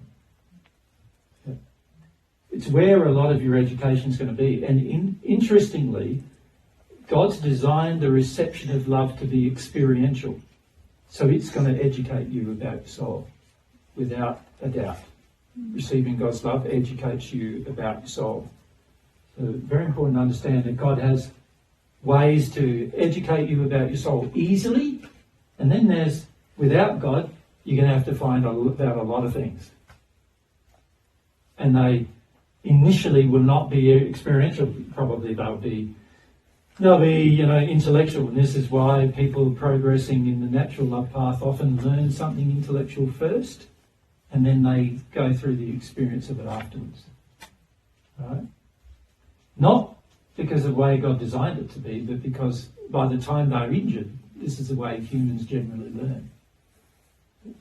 By learning intellectually first and then doing afterwards. All right. Any more questions about the soul itself? So let's proceed, shall we, to the next part of ourselves. Or is it break time?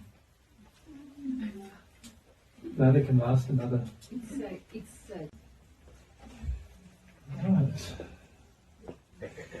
All right, soul, very interesting discussion, yes? Yeah. And, obviously, one of the things that I spent 2,000 years learning was some of the potentials of the soul. And it took ages to learn them, and particularly when you're the first person learning something, it's pretty difficult because you got nobody to, you got to really rely on the relationship with God to teach you things, because there's no person who can tell you. So when there's people who can tell you, it's great, because it means, somebody tells me about building something on earth. It's great. I just watch what they've done. You can learn a lot from that. But when there's nothing to watch and nothing to learn from what a person has done, you've got to start from scratch with every experiment, with every learning. And that's sometimes quite difficult. Okay, so the soul. We've talked about the soul, with its duplex nature. So here's the soul. And obviously the soul can and does exist in the soul, what we'd classify as the soul universe, the universe where souls live. It's made of a different material that can't exist in the spirit world, and it can't exist here. So it only exists in the soul universe in the sense that that's where it lives. Because it's multi-dimensional space, the space that it inhabits is actually the same space that your physical body and your spirit body inhabit, because they're in different dimensional spaces.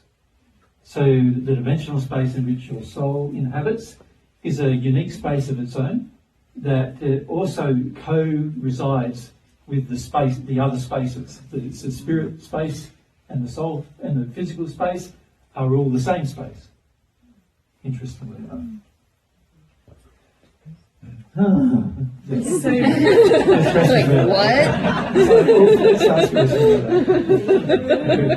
Does that mean that I know I have my spirit body, or I believe I have my spirit body sort of over cloaking my physical body? Yep, it's larger than your physical body. Yeah. Just a little bit. Yeah. Yep. Does it mean that my soul also is in the same? Yep, same space. Okay. Yep, but in a different dimension.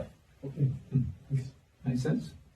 And so this is why when we talk in the Badger dimensions, we say the soul inhabits your body, because it does really take up the same space or a similar space. It's larger than your spirit body and larger than your physical body, but it's substantially the same space, particularly if you haven't received any of God's love. It's substantially the same space. Your spirit body, though, is a little larger than your physical body. We'll talk about its characteristics in a minute. But it does occupy the same space as your physical body, but in a different dimension. Yep. Di, if we can, Di, and then Jad.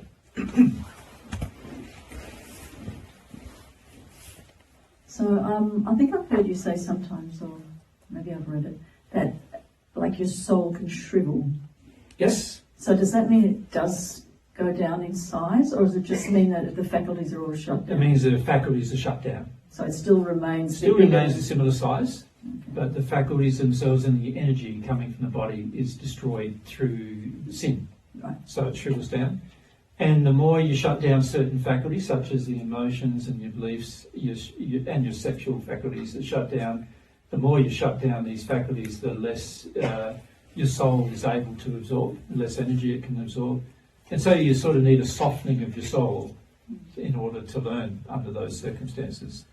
Now, the primary way to soften your soul is to become emotional.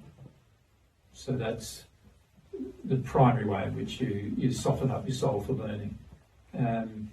Because your brain of your soul is your emotions. And then as you start to do that, you start softening your soul and you're opening up more energetic pathways within your soul, are you? And it comes alive again in those certain spots. Comes alive in those areas that you've softened to, yes. And then that anything relates. where you're hard or desensitized, it's still hard and desensitized, yeah. And then it doesn't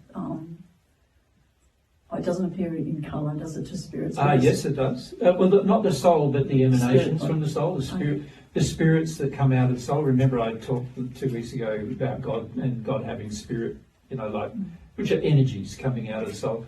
Well, your soul has energies coming out of it, and those energies are displayed through the spirit body in colour.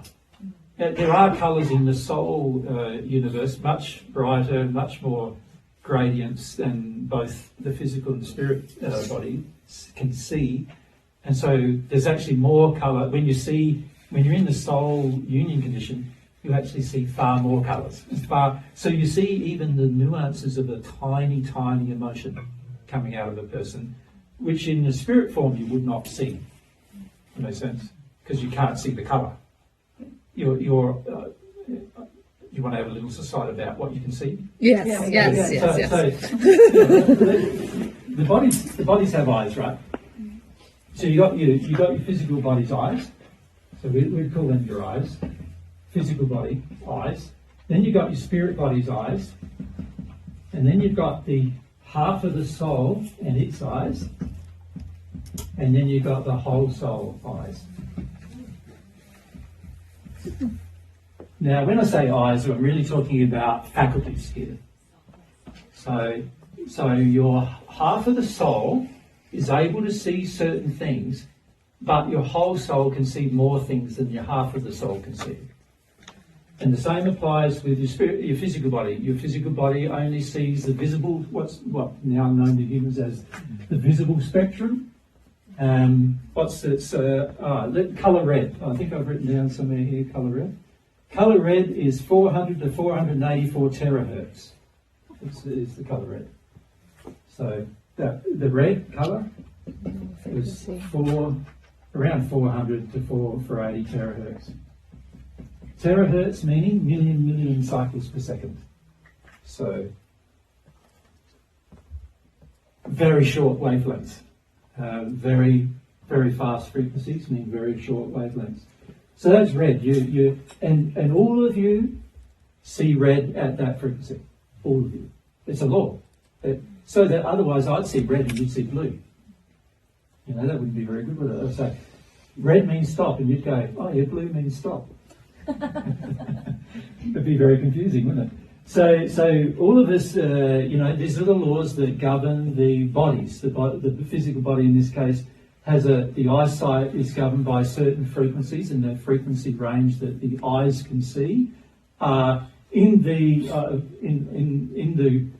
between ultraviolet, infrared, and ultraviolet spectrum. That's what the physical body can see. You can't see infrared, you can't see ultraviolet.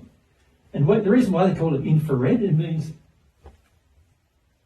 lower than red. And the reason why they call it ultraviolet means higher than violet. Does that make sense? So you can't see those things with your eyesight, with your physical eyesight. But every single body can see the same. When they see the same frequency, there'll be different variations between those frequencies different variations of red, right? Going right the way through pink and all of those rose colours and everything. They're all different variations of red that the eyesight sees, right? For the eyes. Someone who is microphone. someone who's colourblind Yes. can't see. They've got red a or deformation, yes, of certain sensors in their eyesight, Okay. and that's genetically caused, which actually is emotionally caused by parents. Goodness. And that stops them from seeing certain frequencies. But, interestingly enough, only in their physical body, not in their spirit body. Right? So each body has its own functioning, and so each body is able to see a certain thing. So in your spirit body, you can still see red, right? The colour red, and it's exactly the same spectrum frequency as it is here on Earth. But in your spirit body, you can see ultraviolet and infrared. There's a whole series of colours in those ranges that you can actually physically see. So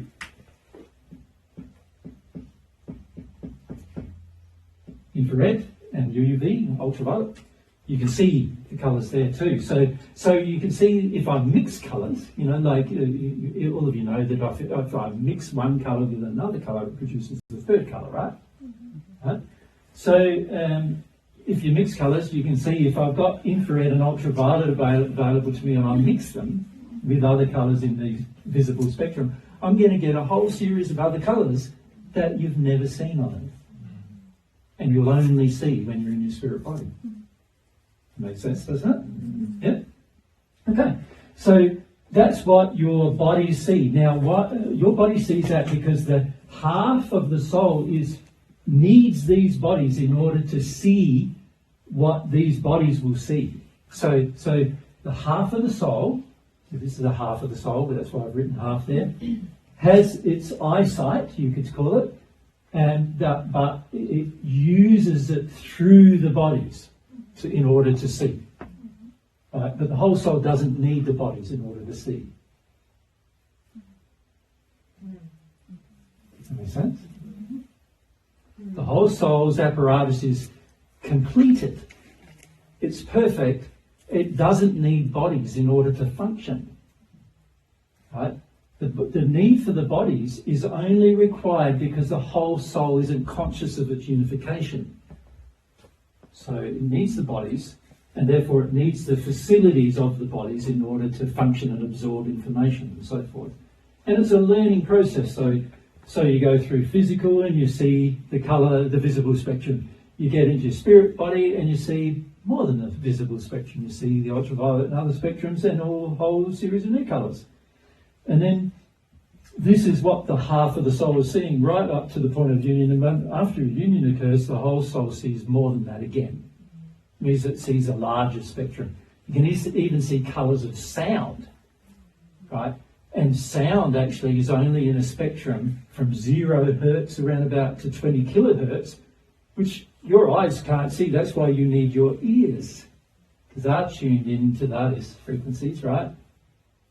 But in your spirit form, you can see the sound as well as hear it. Does that make sense to you? Yeah. Because you can see the whole spectrum. I don't want to get too bogged down here. What do you want to ask me? We were going to go to Jad soon, but it's on this subject, so ask if you want. But I'll just determine whether I want to. Yeah, you can just say. Yeah. Do your eyes also have another? I guess I think I just had an experience once in the sleep state where it's like I'm on this mountain and there's people miles away. Yeah. And it's like I could see them like I was in like I had binocular vision. Correct. So your eyes in the visible, in your body, you have a lot of difficulty seeing further than about 100 metres, unless you have some kind of magnification available to you. Your spirit body has the ability to magnify. So now the eyesight in the spirit body is able to see, you can actually see thousands of kilometres, right, in your spirit body. And you can even see further than that if you use some other senses in your spirit body aside from your eyesight. You can see sort of positions almost light years away, but that requires other senses. Right? But if you're talking just your sense of eyesight, you can see thousands of kilometres. Yeah. Cool. So you can be looking at something and sort of zoom in on it, because you have the far better. You sort of have like a camera has in a way. Yeah. The ability to zoom in and out, see the whole picture, but zoom in and see a portion of the picture, that kind of thing. Yeah. Pretty cool. You can also see the pictures of other people's thoughts, which is an interesting thing to do, because you can see their memories as pictures. Right? So that's what spirits can do to help you remember some things from your childhood, for example. So there's a lot of extra capacity besides just the eyesight. That make sense to you? Yeah. So, for example, in a spirit body, and you can do this while you're on Earth, but you have to tune into it. In a spirit body, you could look over your entire, let's say you owned a 100-acre property, you could look over the entire property and see your entire property and see what fences are broken and what needs fixing and repairing, and without getting out of your bed. Yeah. You wouldn't have to drive there, you know. Check it all out. Make sense? Yeah, that's cool. Yeah. Handy. Handy. So can you see the spirit body experience is going to be far more intense than the physical body experience. And of course, the intensity of the experience depends upon the amount of love you have. So if you don't have any love, sometimes your spirit body's experiences is less than your physical body. So if you're in the hells when you arrive in the spirit world, your spirit body's senses are so severely detuned that you can barely see 10 metres away. You can be in an environment and not see a person 10 metres away. Because your spirit body senses are governed by laws that are based upon condition. Whereas your physical body senses are not governed exactly by the same laws. They are governed to some degree by those same laws because they affect your eyesight and things like that, and they're not governed by the same laws that your spirit body is governed by in order to see things beyond your initial scope. So for example, if I have an emotion where I'm very insular and self-absorbed, and I pass with that emotion in my soul, I'll hardly be able to see anything more than 8 or 10 metres away from me anywhere in the spirit world. The only way I'm going to find my way is by feeling something, and I'll go there straight away, but I won't be able to see it before I go. Does that make sense? And that's based on condition. And so the condition determines your abilities. And the reason why that has happened, why God's designed that to be, is because there's a whole lot of things in the spirit world you need to learn based upon condition. It's not about just life, it's also about condition. So we'll talk about the spirit on another day. We'll talk about your spirit life and how different it is to your earth life. But it's fundamentally based upon condition. So on earth, you can still have good eyesight by the time you're 90, even if you've got a bad condition. Right? But in the spirit world, you can't do that. So can you see, even your enjoyment of the sights of the spirit world is not going to be possible unless you improve your condition. Right? Okay, so that's your half eye. And then, of course, you've got your whole body's eyes, your whole soul, eyes, which are so powerful that you can start seeing to some degree what God sees in the universe. So you can go galaxies away and see that without going there and things like that. So you have the ability to examine all sorts of things as a result of that, because you're in a state where you can see further than you could ever see before in that new condition. Every new condition is an improvement of the old. So your spirit body's eyes are an improvement on your physical body's eyes. Every you could say every attribute or characteristic of your soul is better than the characteristics and attributes of your spirit body, and are better than the attributes and characteristics of your physical one. But the difference being that in your spirit body and your soul, the only way you can engage those characteristics is through development in love. Whereas on earth, you can develop capabilities without loving. Okay. That's sort of a bit of a side. So here I am in my soul, and there's the process of incarnation that has to occur. Now remember we said, when we talk about soul, incarnation has to occur in order for you to become aware that you're an individual. That's the primary purpose of incarnation, so that you become aware that you're a being that's self-aware and can choose things and has free will, can choose love, choose to learn. You need to become aware to do that. You need to become aware of yourself. So the whole incarnation process is to trigger you to become aware. So the very first moment in your existence, even though your soul was created before you incarnated, the very first moment of your awareness is the moment you're conceived. Until then, every action taken by the soul is instinctual. So in other words, it knows it has to live on earth. It knows that. And it hangs around, the soul, I'm talking about before it splits into two halves. The soul itself hangs around the earth, instinctually waiting, and instinctually even it's aware when two people are having sex. And it goes to those people, and then based upon the condition and you could say primarily the personality of those individuals, it will instinctually choose them, but not emotionally or with awareness. Does that make sense? It's all doing this all instinctually. And then the moment it's conceived, now learning takes over. Because individuality has occurred, individualization has occurred, now learning takes over. And remember, it's the half of the soul. So this soul finds an affinity to the bodies of its preference. So if the majority of the soul is masculine, and that means both halves will be masculine in their nature, predominantly masculine, I must say, then that means that the bodies that it will want are men bodies in order to express themselves.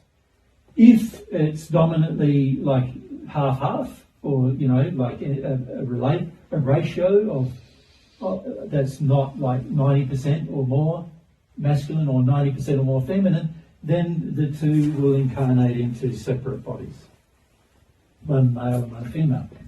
And remember, those bodies are both created at conception.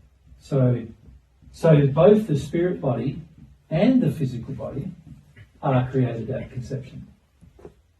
And then, of course, the other half of the soul hangs around, waiting for another conception to occur that matches its dominant sexual nature. So it's not going to hang around. A female half of the soul is not going to hang around waiting for a male body. Right? And if there's 5 male bodies in a row, it's not going to take any of them. It's going to wait for the female one, and if it goes the opportunity, they'll take that. Does it make sense? Yep. Okay, what's the question saying? Okay, can we go Di, Britt, Rani, and then behind? Yep. So I've always had this assumption that the sex of the soul, so the female would then determine the gender. You're saying the gender's already determined, and that half of the soul is attracted to the gender. Good question.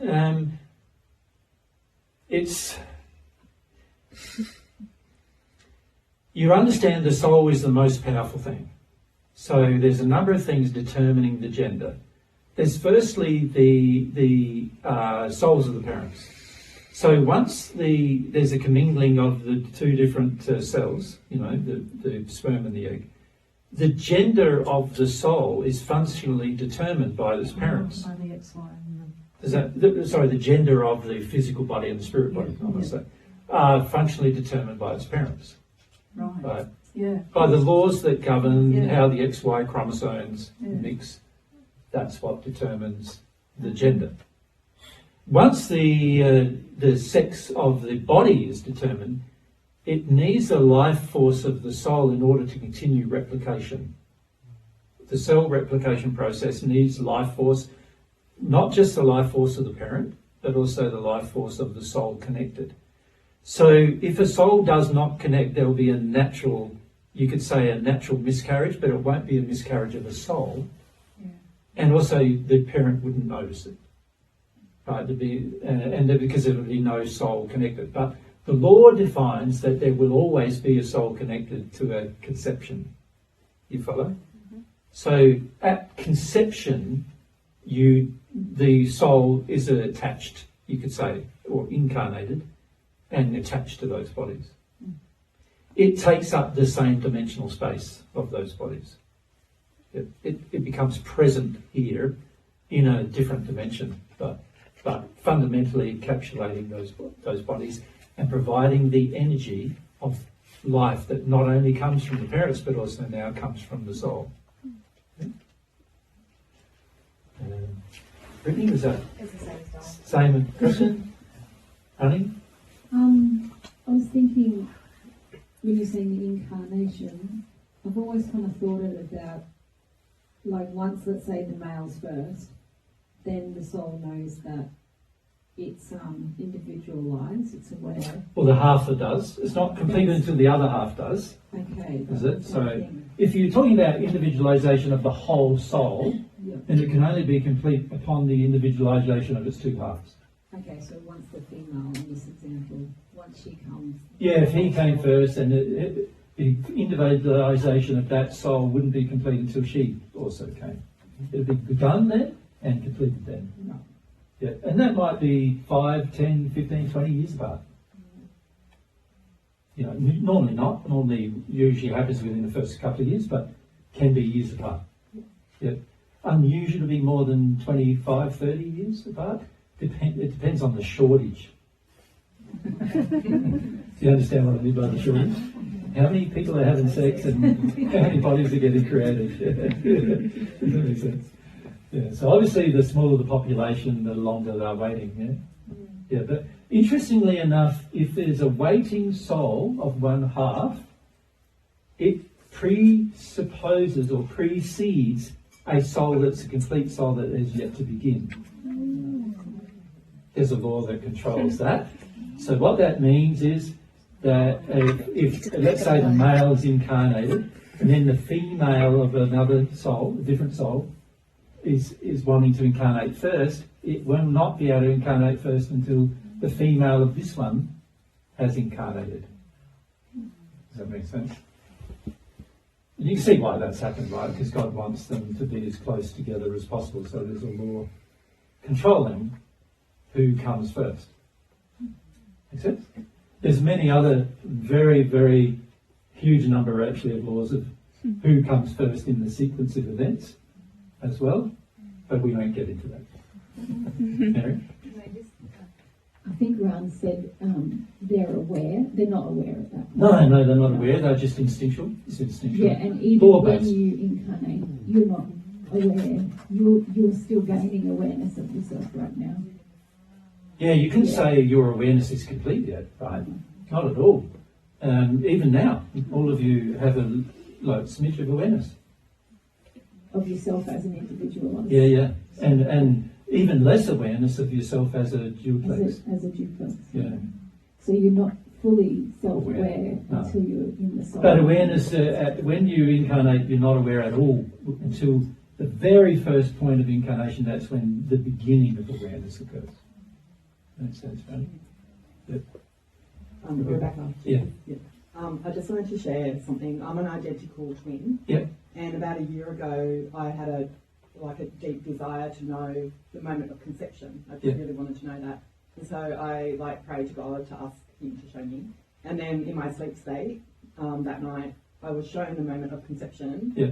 And I, the firstborn twin, and but our souls came at the exact same moment and went into like incarnated at the exact same instant. Correct, that is possible. And then, just sharing what I saw, same, because I'm glad that you said that the moment of conception, like that's when the soul comes in. Yep. So it's nice to have your confirmation too, as to what I saw. But because that we came into at the exact same moment. That caused, you're identical. Yeah, we're identical, and that's what caused. Because a non-identical don't come in at the same way. No, but I saw though that's from that happening was what caused the cells to divide. Yeah. To create identical twins. That's Anyway, right. That's right. Yeah, yeah. It was like really Solar exciting. system, yeah. Yeah. One of the 14 is an identical twin. Yeah. Right. Yeah. What's that? So Val, maybe if we can do that. And we'll go up to. I heard the saying that soulmate couples usually go. Is it like a 50k radius? Like. Yeah, pretty. Again, very. It's about supply and demand, really. So there's laws that govern. Govern how close they are, and of course there are other laws now. But there's laws that govern it from a intentional perspective on the part of the parents. There's laws that govern it from it. So in the first century, Mary and I chose our child because I knew somebody who had already incarnated, and I wanted Sarah to be the other half of that person. So that's Luke, So when I met Luke, I wanted my daughter to be his soulmate. So I there's also laws you can engage consciously that allow that to occur. Does that make sense? For most humans, that doesn't happen, of course, because they're not conscious of those laws. Right? Yeah. You were saying that? Sorry, So if I have this expectation, or this feeling that it might be someone who grew up 300k away from it. Well, it could be. It could be. Obviously, it can be people who have grown up in Europe. You could be anywhere in Europe, pretty much. But the more higher likelihood is within the 50 to 100k radius of your conception, not your birth. So you don't know where your parents were when you were conceived. They probably don't know where they were when you were conceived. Although some parents go, oh yeah, I remember that. But functionally speaking, the average parent doesn't really understand when they conceived, don't understand where they were oftentimes. So there's a lot of laws that govern you being in close proximity, but at the end of the day, you can't be guaranteed by such things. Make sense? Yeah. Agree?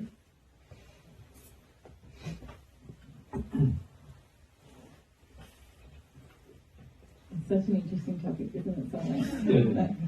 There's also laws, isn't there, governing the attraction of the personality Correct. in relation to the parent's personality and the parent's injury, so that it's not just... Yeah, there's laws that actually determine that the child going to the parents, there has to be a matching of personality, but also some kind of thing the child will do to benefit the parent generally and their learning. So there's a whole heap of laws that God has defined about what you're going to learn from the experience of having a child, and that does to some degree determine the personalities of the children that you bear.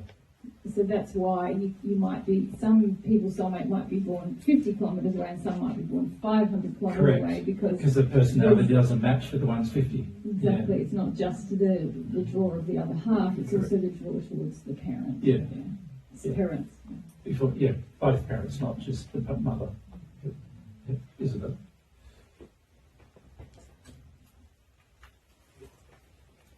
So when a soul, afresh, like when you conceive from them, they get aborted. When the physical body gets aborted. Yeah. Yeah. Does the other part of the soul feel that at some point when they're getting aware? Yes, but most people on earth are not even at that stage very conscious of the sadness relating to that event, because they themselves are quite shut down emotionally oftentimes and quite detuned from of having the other half. But in a pure state, like if the parents were in a pure state and the child, in both cases, were in a pure state, and one was then aborted for whatever reason, then the other half would certainly feel that as a grief. In practice, it's rare because there's a disconnect, and there's a disconnect emotion means you don't feel much from the other half at the beginning, and so the disconnect is a lot. Again, there's a whole slew of laws that govern how far you're disconnected as well, and very much about your parents' emotions, parents' feelings, parents' belief systems, and a lot of other things influence how much of a disconnect there is. And for most people on earth, there is a severe disconnection between themselves and the opposite gender, or between themselves and any person, to be honest. And so that severe disconnect has an impact upon the child, you know. So because they are disconnected, they don't feel it. It's sort of like numbing you down because you don't know. Makes sense to you, don't? Christian?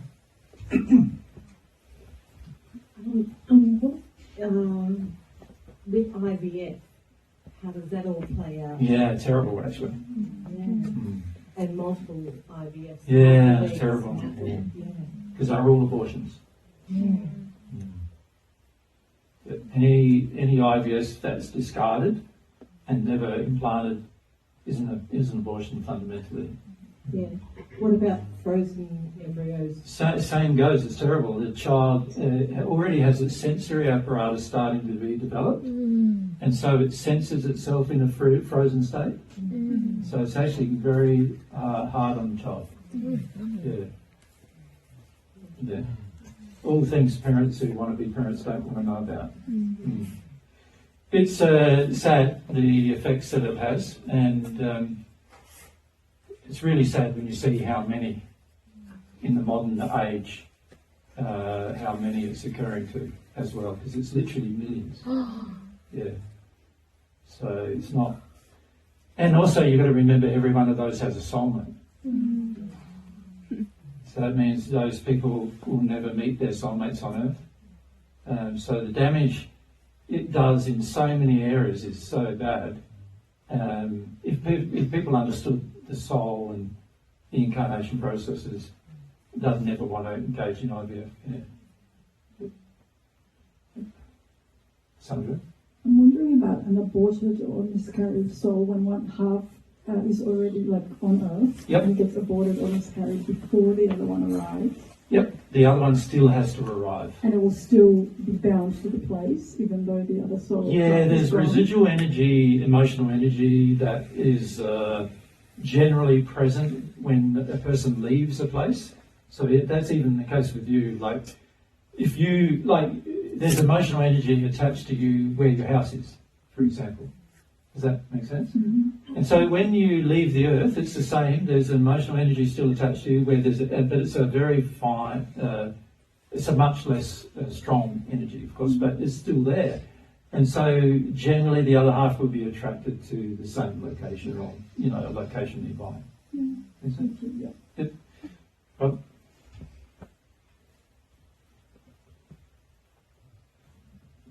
Is the primary relationship from parent to child that the parent is to learn something about their soul because of the child? Well, it's interesting. Now you're asking about the laws that govern where we incarnated to, and they're quite complicated, Robert. It's like, because there's issues to do with the parent's personality and their emotions. There's also issues to do with their injuries as well that often govern the attraction. And then there's issues to do with the child and what's the best location for the child and what's the best location for the child of that personality in terms of their learning. But all of this is happening on a pure level versus what is happening on an injured level. So there's all this stuff happening on a pure level that God created. And then there's all the effects of our own soul's creations of sin that also impact upon which child which soul we receive when we're conceiving a child. And so unfortunately humans are creators in their own right here, and so we create God's created the laws, and then we create an atmosphere through our condition, and the sum total of the law with the atmosphere we created creates the results. Does that make sense? That's the most concise way I can say it without spending the next 2 days saying it. Yeah, so basically it's the parents' responsibility to learn, though, like we think we're the teachers of the child, rather than the student of the process. Yeah. Not true, is it? Because most of the time, as parents, we hardly learned anything by the time we become a parent. Because we know how to raise a child. Yeah, that's right. And also by the time we have a child, often we're not even prepared to have a child. Like, in the sense of emotionally prepared or just prepared in terms of spiritual preparedness, in terms of love. So yes, oftentimes you do learn through your interaction with the child about love as a result. And God did design this purposefully to some degree that you would learn about love by having children. Yep. You would learn about what it means to care for a child without having yourself involved. But unfortunately, the injuries of the parent often the parent gets so self-involved that obviously a lot of those benefits would decay over time due to the involvement. Yep. See you later, guys. I know it's getting late. So in terms of laws, though, Robert, it's very, there's a very big variation of laws and quite a large number of laws that govern what parent attracts and what child attracts the parent and the child, and vice versa. Yeah. Thanks. Yeah. Okay. Yes, Tom? If there's plenty of supply and demand, would the same... When you say plenty of supply and demand, that's an interesting statement in itself. Can I just go into that? Yeah, sure. Okay, because if you think about it, even if there's 8 billion people on Earth having sex, and potential of 4 billion children whenever they have sex, let's say, the reality is there are huge numbers of souls waiting for incarnation. And when I say huge, far more than 4 billion. So there's always a bit of a shortage. So obviously that means there's time that's got to go past before the next one can come and so forth. But go on. Yeah. Generally, soulmates aren't born within the same family. Is that right? No, but there has been times historically where they were.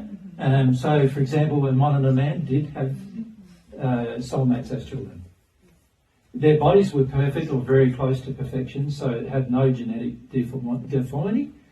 Obviously, as time goes on and there's deformity that occurs through sin in the genetic structure, obviously having children near the same, in the same family becomes more problematic because of the deformity created by sin. So the more sinful a society becomes, the more problematic it is that relatives are become parents. But that's not problematic for the soul. It's only problematic for the body, the two bodies. And so God's laws would have considered that. Yep. In more sin. Yes, the more sin, the wider, generally what happens is the perfection, you can have any child. As the sin develops over time, the more sin you have, the more separation there is of what child will come to you. Okay. Again, governed by law. Yeah. The sin preventing the attractions. Yeah. What about in the case where a mother miscarries or aborts a child, and then the soulmate that may have come through later, could it come in the same family? Because certainly. Yeah. Yep.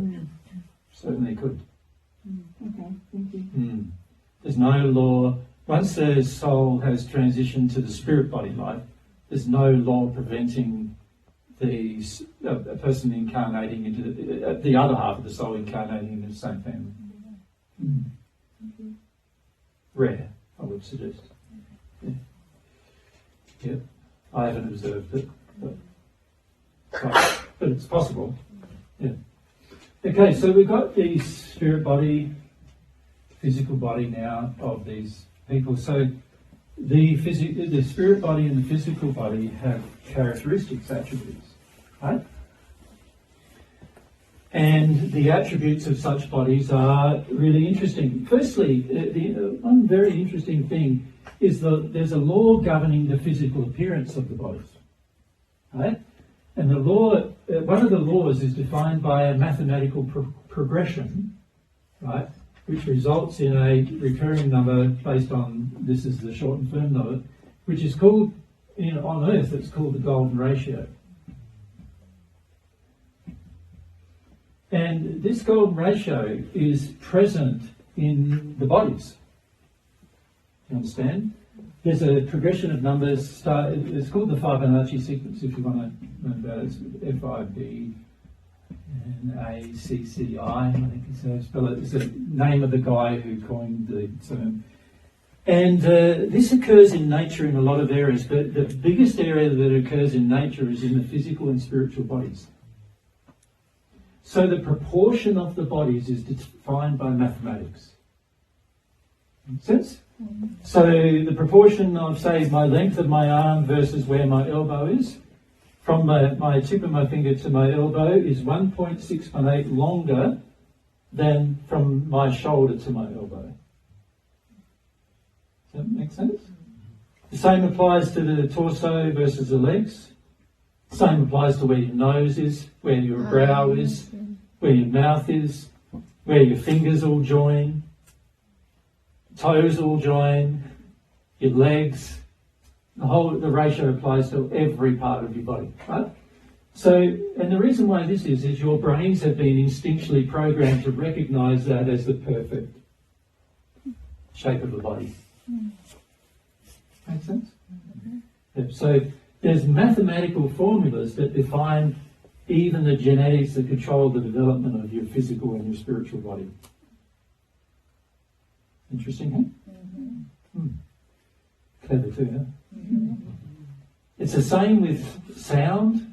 There are certain notes, you could call them, which are vibrations of frequency, that you will find what are called cordant or in harmony with your soul's joy. And then there's other notes that you will find are discordant or in disharmony with your soul's joy. A lot of heavy metal music is discordant to your soul, like your soul doesn't like it, right? And it's only a soul who sins that likes it oftentimes, right? Things like thrash metal, for example, not very popular in the celestial state. If it is, it's very melodic. Yeah. So there's all these ways that your bodies are now in tune with your soul. So your soul obviously is connected to the bodies via a cord, and it's a cord via which all sensations and all sensory apparatus pass through. So my soul can see a thing only because my body sees the thing, and there's a cord joining the two, so my soul sees the thing. The memories that accrue in my soul are coming from the sensory experiences of the bodies. If there was no sensory experiences in the body, then there'd be no soul. Is there an issue with our recordings, Ben? No, we filled the car. We've just gone to stand by on this. Okay. This card should be bigger than that. I'm pretty sure they're 28 hours. Yeah, Jeff has called it. It's recording again now. No worries. Yeah. All right, so what was I saying? Oh, yes, there's a cord associated. Now, the cord between the soul and the spirit body, let's call it the golden one, shall we? Mm. And there's a cord between the spirit body and the physical body, and that is called by spirits the silver cord.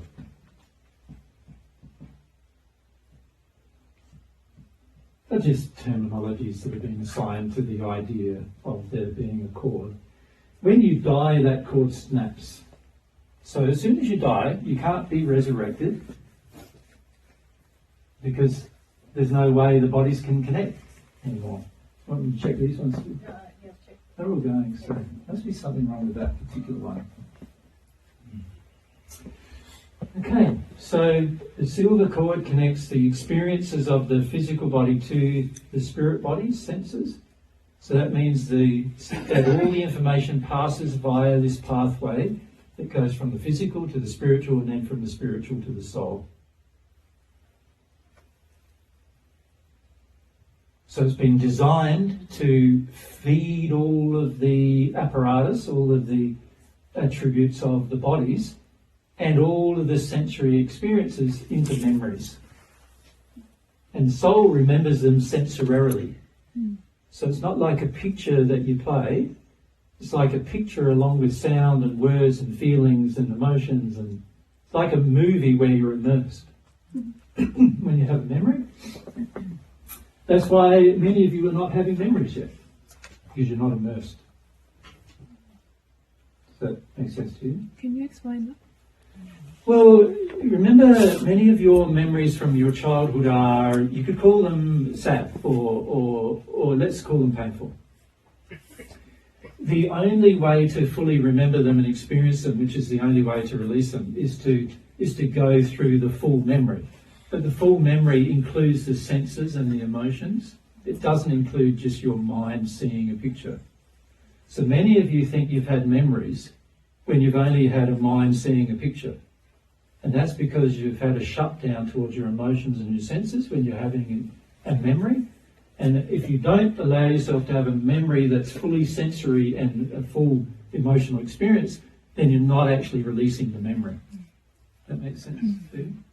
Yeah. So it's very important for us to realise that in order for us to fully experience the thing and even to fully remember the thing, we've fundamentally got to go through a full, you could call it a whole body, but that's not the full extent. Obviously, it's a whole soul experience.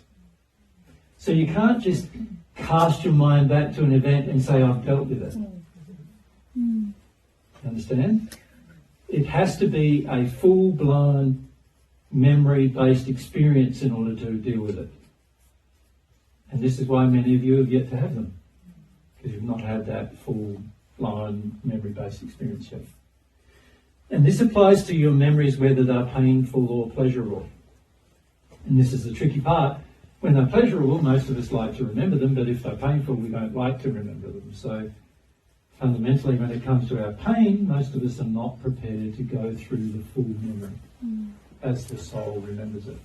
But we're going to need to in order to have it released. So that's a problem, can you see, with regard to our progress. Yeah. All right. So what else can we say about our bodies? Let me just have a look at what I've missed out here.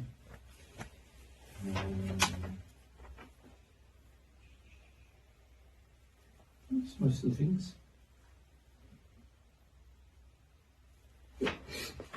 Now, I must say, independent of the soul, the spirit body does have what you would classify as instinctual functions, right? Of course, it needs the soul connected to it in order for those functions to operate. So you can't really say it's fully independent. But there is instinctual functions of the spirit body. For example, the spirit body has a heart and it beats.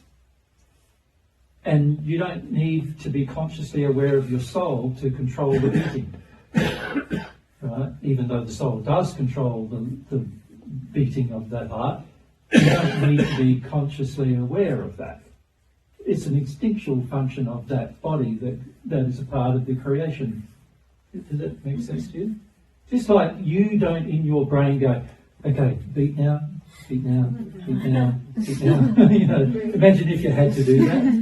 It'd be your whole life would be just beat now, beat now. That'd be it. If you had to be conscious of all of the physiological functions of your body and they weren't instinctual, you would have to be controlling every single one of those functions with your mind constantly, and your mind's processing power would be taken up by that. So the brain of the physical body gets rid of the mind of the spirit body having to do that.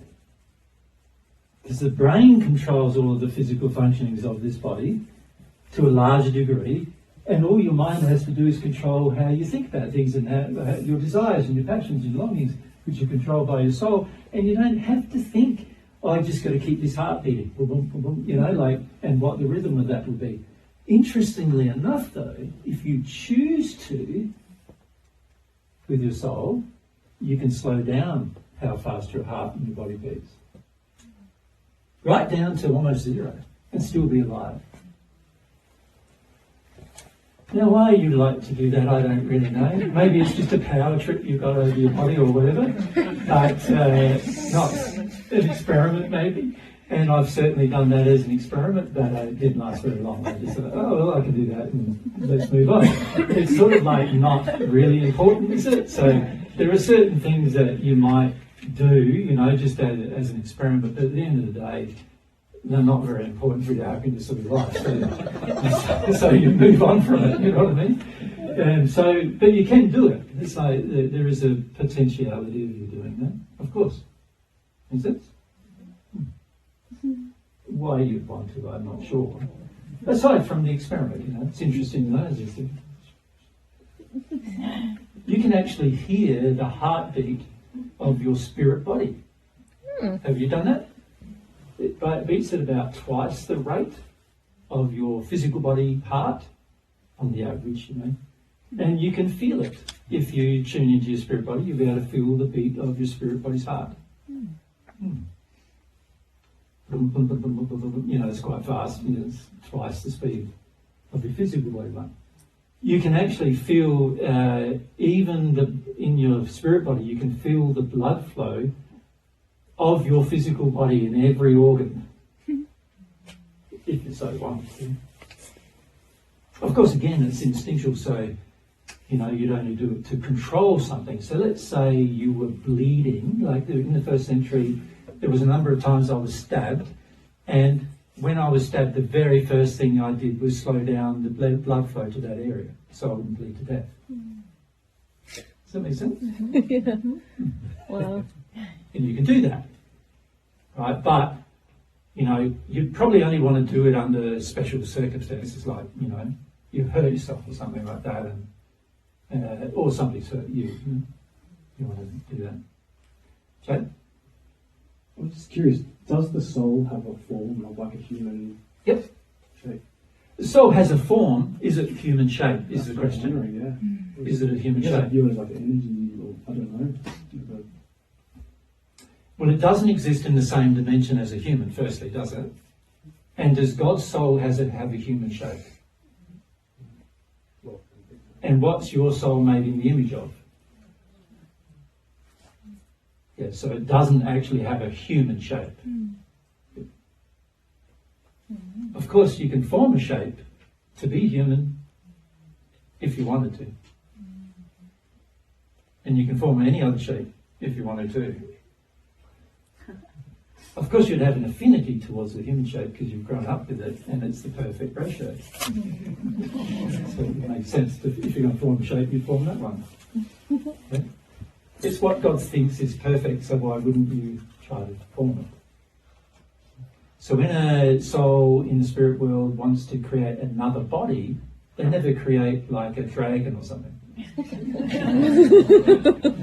Although in the hells of the spirit world, there are people who look like dragons, but only because of the deformation of their body. It's like, if you imagine a person with all the moisture sucked out of them, they look like a skeleton and they look like, that's what some people look like in the spirit world, in the hells.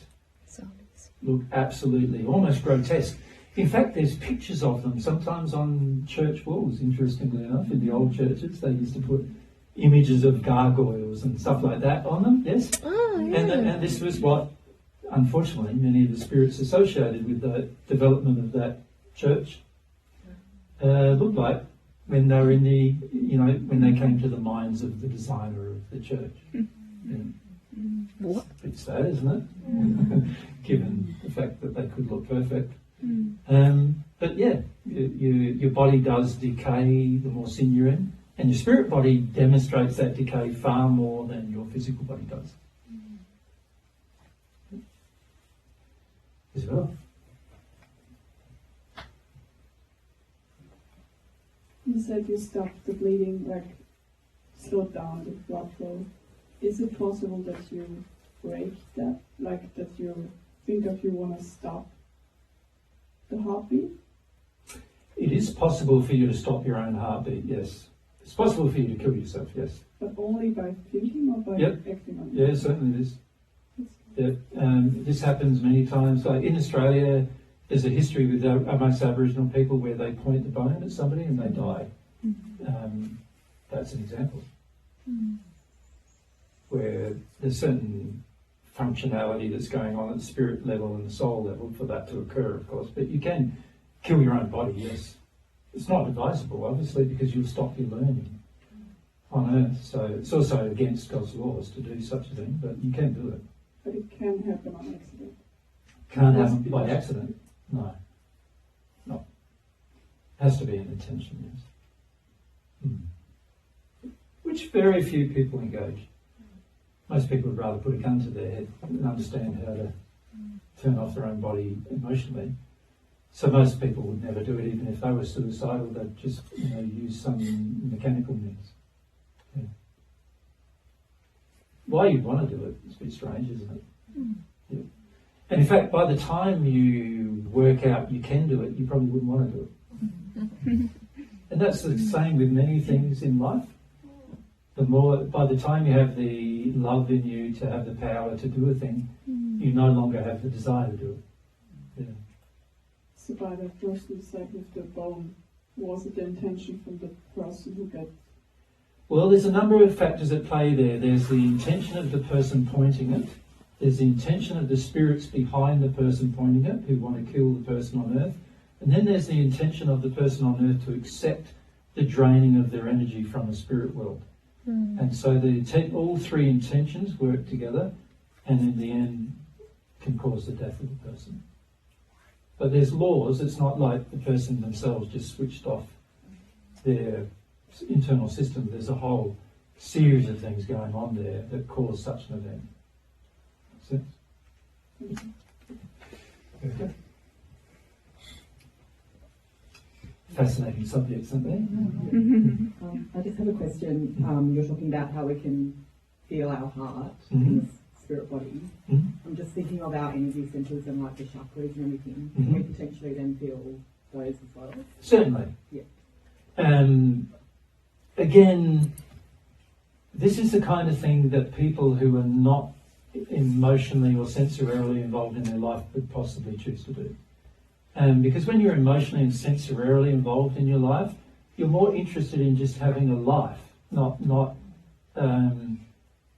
doing all these clever things with your body, and you're not.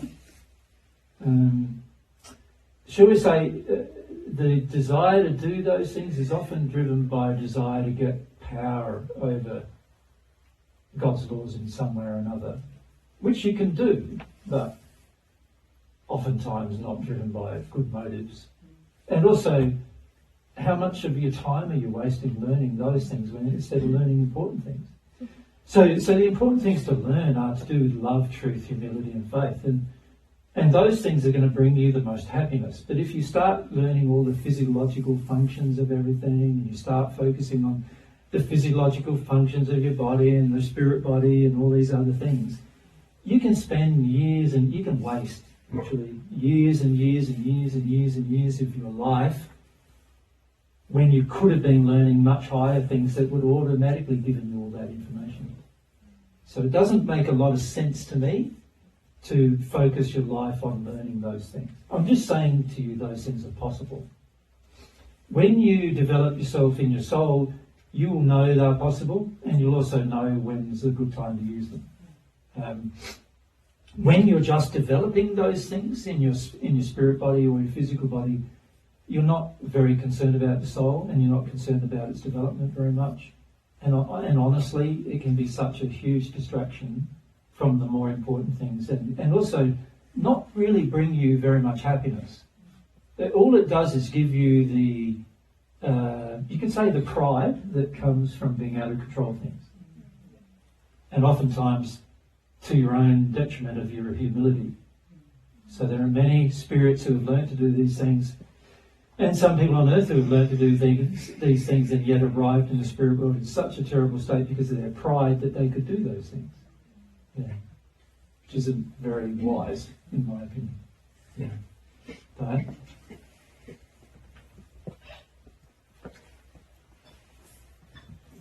so, would we have to be in a really good state emotionally to be able to choose to leave to choose to leave the physical body? And like, say you got to 200 or something, and 200 or something. Let's make it 2,000 or something like that. Yeah. But to leave Earth. Yep.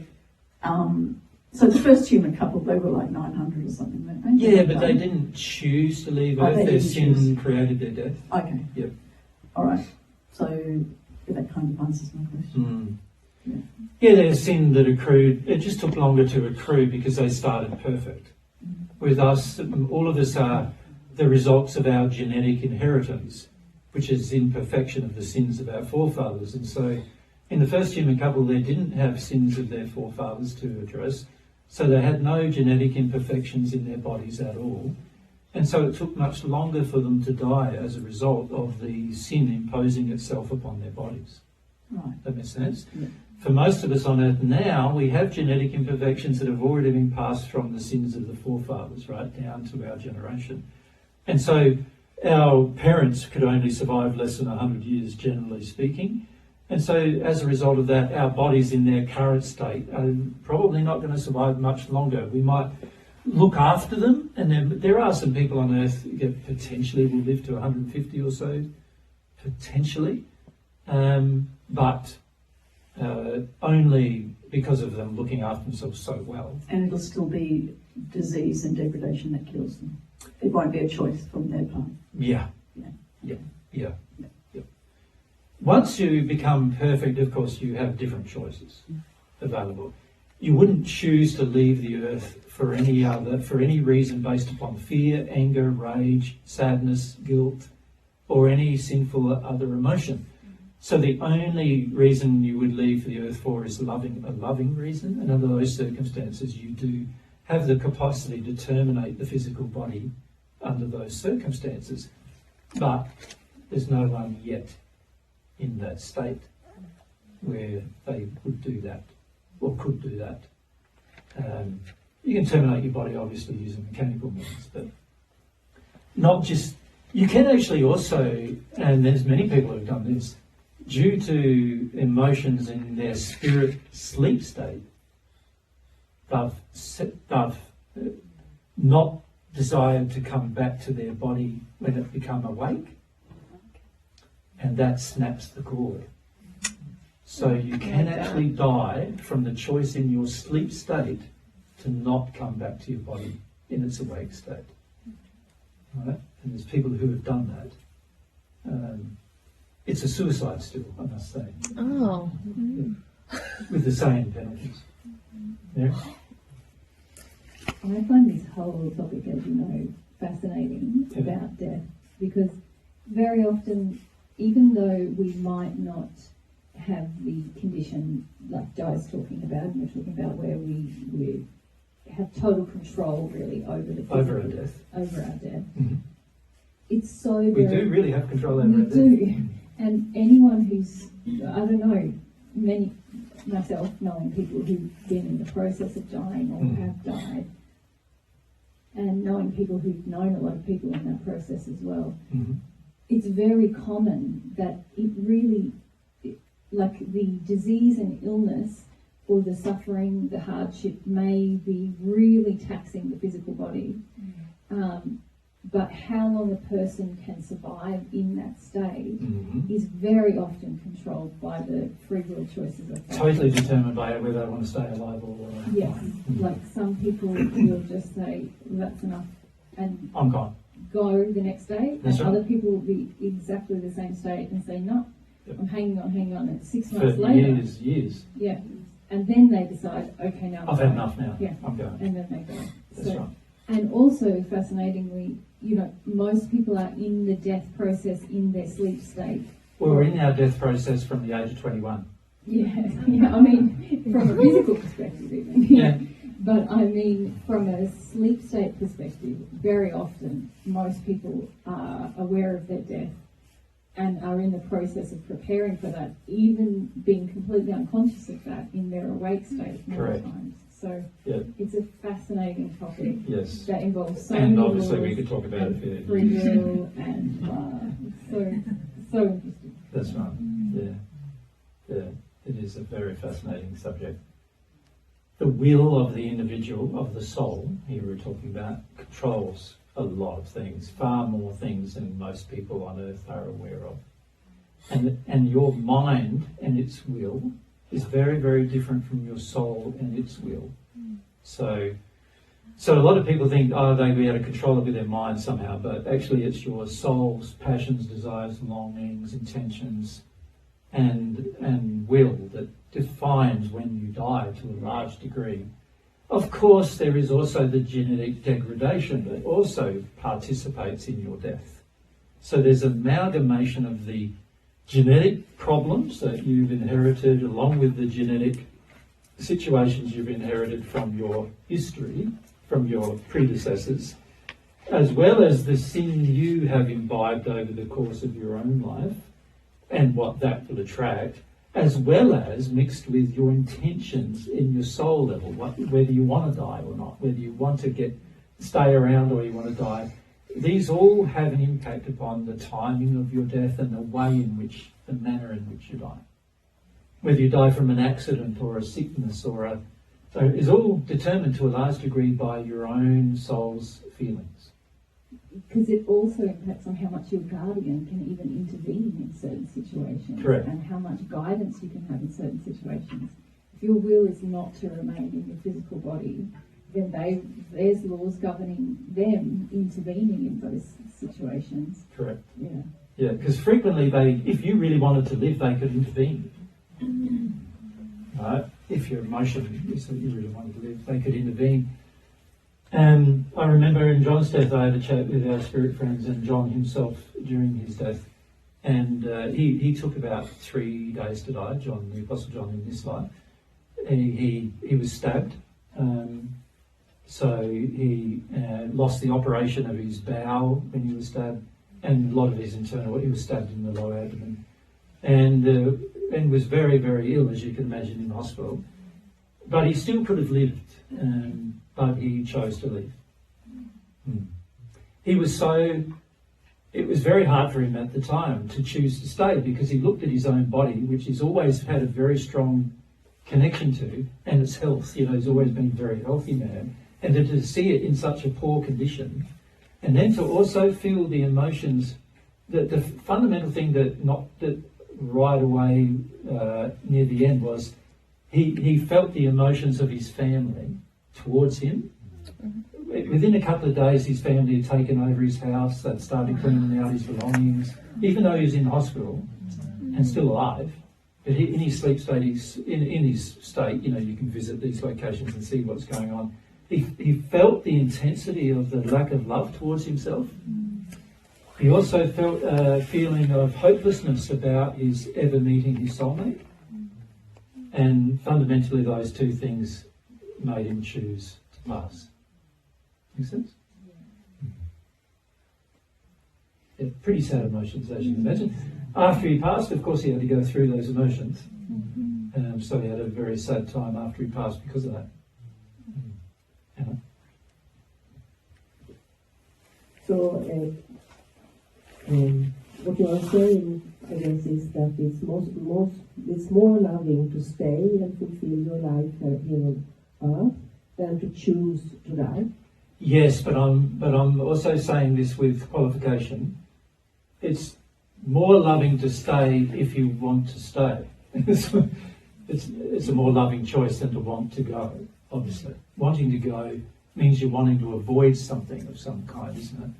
But there is a time when it's wise for you to go, fundamentally. And So if you're very, very ill and very, very sick and just hanging on to life, well, there's not a lot of point to that because you're not actually living a life. So under those circumstances, it would be wise to just let go, right? A lot of people on earth could choose to let go rather than kill themselves. They could just choose to let go of their attraction to stay, and they would naturally pass, which is not the same as a suicide, does it? Make sense? Suicide is the intention to pass, not just letting go and letting what happens. Do you know what I mean? There's a big difference between those two places. So, you know, the average person on earth either has an intense fear of death and they want to stay at any cost, or they get so tired and exhausted with staying that they just want to go pretty much at any cost. Now, none of those decisions are loving. You know? The loving decision would be just to appraise the situation, appraise whether you're living a life or not, and then realizing, well, if I was in the spirit world, I could be living a life that I'm not living here, and not for emotional reasons, but physically, you might be so disabled physically that you're unable to live a life. But so you might be on life support or something, and unlikely to ever get off of it. What's the point? You're not living a life. And the wise thing to do there would just be to let go and not try to stay alive. That makes sense? Yeah. Of course, many people don't think that way, you know, because they feel that life on earth is the only life, and so naturally they are so concerned and worried, so they fundamentally feel that I've got to stay here as long as possible, even if I'm very sick. And I was talking to my mother, she has cancer in a number of places in her body. She's very, very ill. She can hardly walk. She hardly stand up at times, hardly function, doesn't enjoy anything anymore. And I said to her, why don't you just let it go? You know, why don't you just let it go? She said, oh, I've got to stay for my family. I've got to stay here. I've got to stay here. I've got to see what happens to them. And I said that you can see what happens to them when you're in the spirit world. I don't know that. I don't believe that. I'm only going to see what happens to them when I'm here. You know, so I've got to stay and grit it out. You know, and that's what she's doing. She's been very, very ill now for 4 or 5 years and sticking around. I have had the opposite longing all my life almost. I worded that I was longing to come to God. Yeah. That really was, I wanted to die. Yeah. Yeah. And that can be caused by many emotions you're avoiding as well, from your childhood in particular. And that would be then considered to be a suicide. Does that make sense, Anna? So it's a good thing you didn't. Absolutely, yes. Yep, thanks. In my work, I meet people who are doing voluntary assisted dying because they are definitely going to pass from their illness. Yeah. Is it, in terms of whether things are classed as a suicide or not, is it about their intention and motivation? Well, now there's a whole lot of can of worms there, right? Literally. You see, most of the people who are in that state are on drugs. And most of the people who are on drugs have spirits trying to keep them alive so they can share in those drugs. Does that make sense to you, Brittany? Yeah. So now there's a lot of other things going on. You've got spirits trying to keep your body alive. You've got you wanting to die. But you've got you not wanting to feel any pain. Right? And so there's now a lot of quite sinful things that are happening on many levels with many people surrounding you. Now you're in a very murky world of sin and darkness, you know. And under those circumstances, you can't really say definitively what the best course of action is because, you know, there are so many wrong things going on all at the same time, based upon the will of the individual trying to avoid pain. So, man, many of you saw Lena die, right? And she died from cancer. You saw the terrible condition her body was in near the end of her passing, right? She was desperate to stay alive, but also there were spirits around who were desperate to feed off the morphine, because morphine is a drug that spirits definitely have a big effect on spirits. So opium-based drugs have a big effect on spirit attraction. And so heroin, morphine, much the same thing, right? And so you end up with a lot of spirit attachments trying to keep you alive while your body is actually ready to pass and ready to functionally die. And so you end up with this extension of life that occurs to the, and the avoidance of pain at the same time. And if you chose to not avoid the pain, you would either die or get better. You know what I mean? Once the body decays too much, you only can die when you accept the pain. And when you choose to not accept the pain, now there's a whole heap of other attractions that happen, which are very, very bad for you. And are all related to spirits wanting to feed on the drugs that you're taking, and the spirit atmosphere around you becomes very, very dark when that happens. It's very bad. So when I see those kind of things happen, it's sad, because it all happens from the avoidance of emotions at the beginning anyway, the illness, but the avoidance of the physical pain also it just exacerbates the problem further.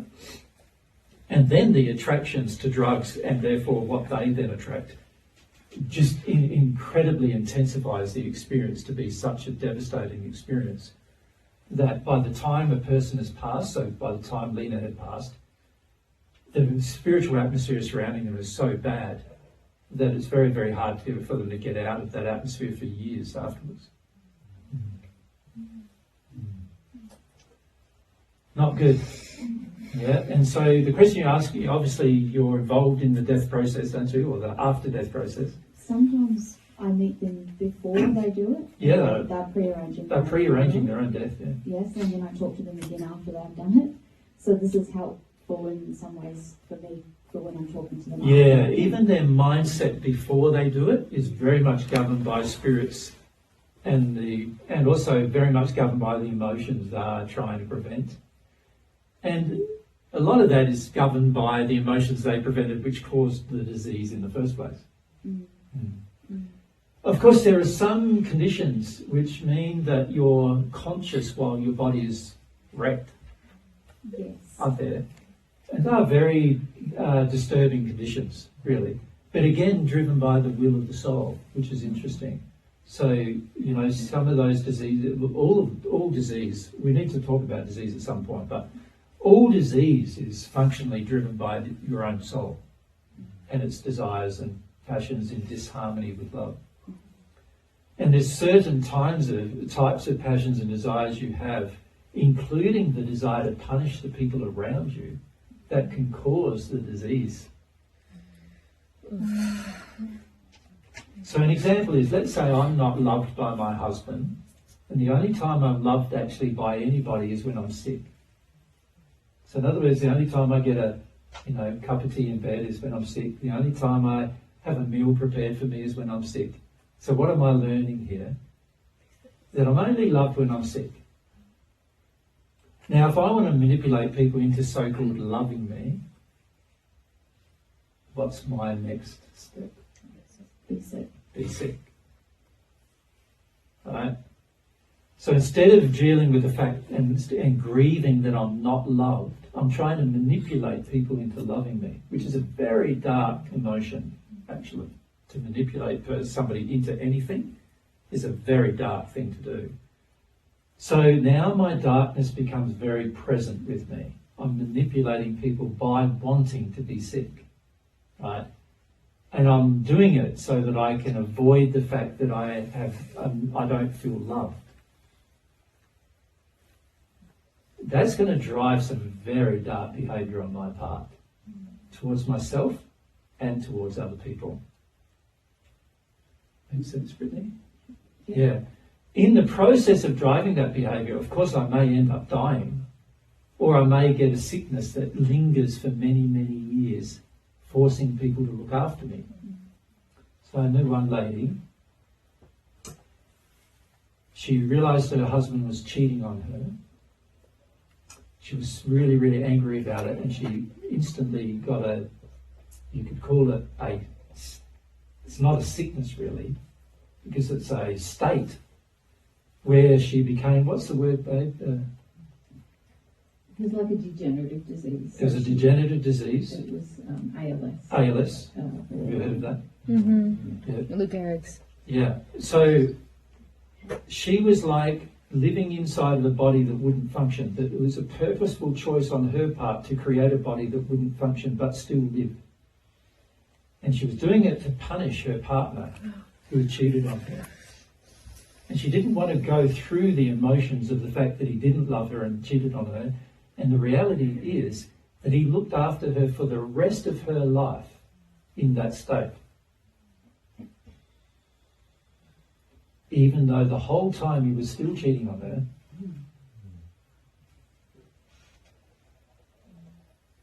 Pretty sad, eh? She got the degenerative disease only a few months after he cheated on her. And we had a conversation about it. And she's a lady who lived in Sweden. We had a conversation about it. And she knew. She knew that she was intentionally doing it? She knew that her disease started soon after he cheated on her. Yep. And she knew the feeling she had, the intention she had to punish him. She hadn't linked it to the illness at that point, had she? She hadn't linked it to the illness, but she knew. She knew the intention she felt. Yep. Once we talked, she linked it to the illness, but she still had the same intention. So it would never be cured. The irony of it, I found, was that she could easily have been cured if she was willing to grieve, the cheating, and also do something about it, but she was not willing to do so. So it comes back to the same thing, really. In the end, it's about people not wanting to grieve or feel certain emotions, and Yep. I can talk to them about that. Yep. There's another lady, some of you might have known in Australia, I won't mention her name, but her husband cheated on her. Within 3 months she was dead from a brain tumour. She wanted to die. And she used her mind to do it. She didn't want to address it, the lack of love on his part, or the lack of love she felt, or didn't want to feel any of those emotions. Important to feel. Yeah. Yep. Cures all disease. Thank you. Let's come down front here. Casey. So in palliative care, when we have our family members who do that and we assist in doing it, Yeah. In terms of assist in helping them die, you mean? and yes, because we have to give the drugs. Yeah. It's a very grey area from a moral perspective, because functionally the person has got the illness because they wanted to die or manipulate the people around them. And myself, I would refuse to do it. The main reason why I would refuse is because I'm being manipulated into doing it, something that is against my desire to do. The person could choose to leave using an intentional method of their own, and yet is sticking around. And they also wish to take the drugs in order to avoid the feelings anyway. And that is keeping them alive, unfortunately. So if they chose to get rid of the drugs, the pain would be so intense they'd die very, very quickly, right? But the average person not willing to feel the physical pain or the emotional pain. So there is a thing in modern medicine that says you've got to avoid all pain, and you do that at all costs. And even if the cost is your spiritual cost, it doesn't matter, you do it. I don't agree with that sentiment at all. There's many times when I've been in extreme pain and not taken any drugs because I know the results. I've even been offered drugs and not taken them for the same reason. Yep. So in terms of somebody involving me in that, well, that's up to you. Obviously, it's your choice or decision to break those laws or not. That's your call. So I'm not telling you what to do. I'm saying there's a lot of dangers, in spiritual dangers, in decisions associated with such things. Yep. By the way, the spiritual dangers have already been engaged by the family or the person who's in that condition. They're in the condition they're in because they refuse to feel emotions in the first place. Right? Now, of course, there's other circumstances like, let's say, a bad car accident. Well, the definite intention of doctors is to keep a person alive no matter what the cost. Now, the reality is our body has limitations. You do something to the body and you don't give it the sort of what I would classify as a reasonable care, and you do something to the body, give it reasonable care, it will recover, right? If the extent of the circumstances are such that the body would never recover given any reasonable circumstances, then you've got to consider why you're even giving the body any more life under those circumstances. Because the way God had designed it under those circumstances is for it to die. So whenever I'm trying to do something against what the law is saying for me to do, right, that governs my life, I am fundamentally working or attempting to work against the way the law would naturally operate. And this is a very strong grey area in human legality systems, isn't it? It's a big grey area, and me even saying such a thing would be believed to be a bad teaching, right? But the reality is, if you look at it, your body has been designed with limits. When it exceeds those limits, it's been designed to naturally pass, and to do it very quickly, actually, to quickly pass. That's how it's been designed. And that's to your own advantage, because the quicker you pass, when your body no longer can support its own life, the quicker you pass, the faster you'll be in the spirit world able to live a life. That makes sense?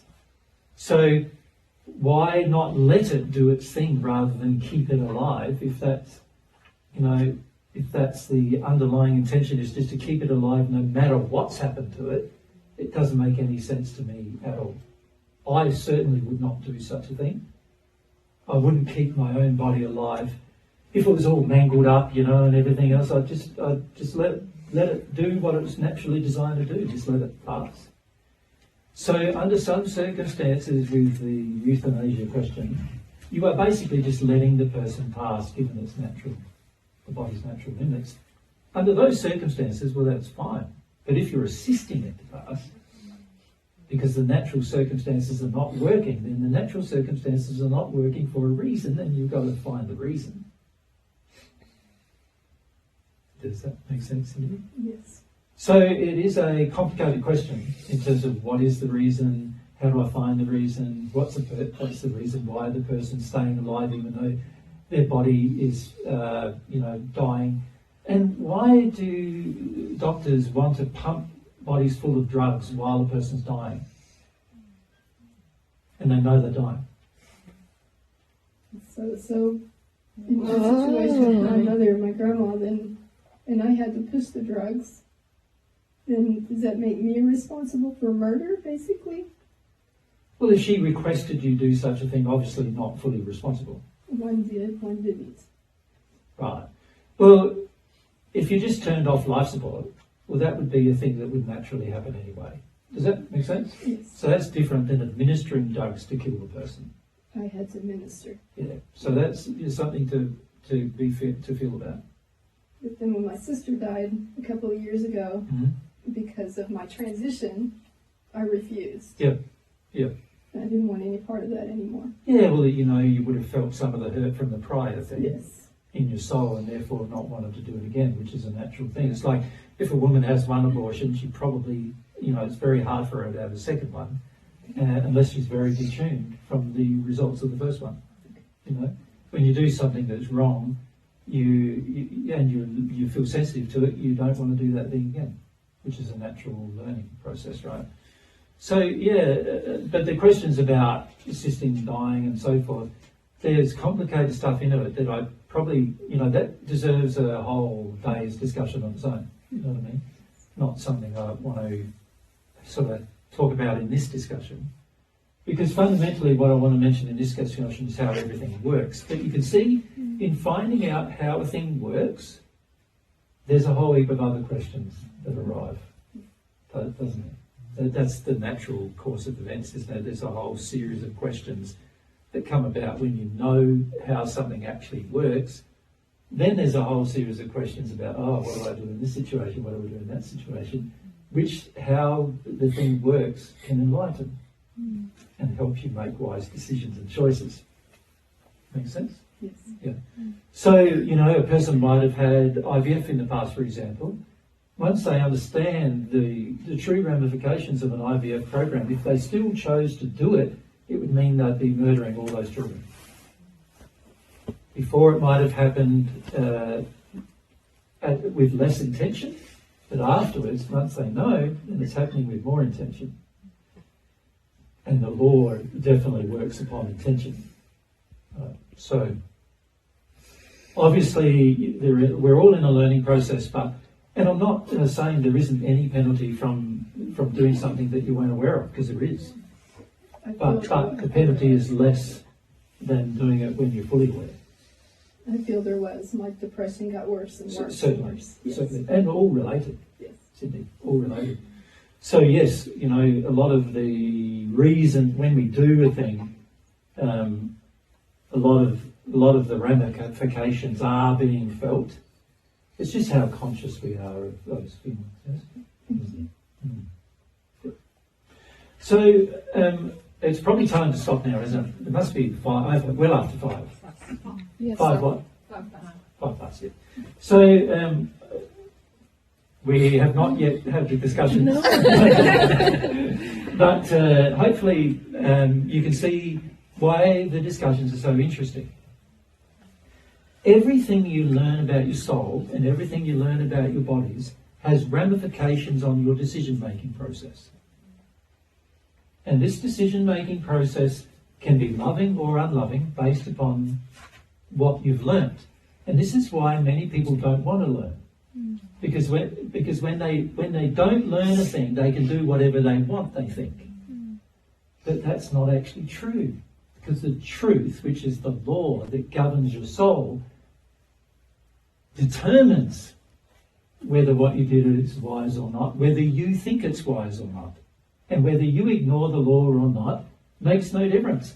If you choose to do a thing through ignorance, that's the same, pretty close to making a choice to do it with full awareness, with one exception, and that is, you're not maybe aware enough to make a proper choice, but that's all. Like, the underlying decision making is still fixed, and the more knowledge you have, the better choices you can make.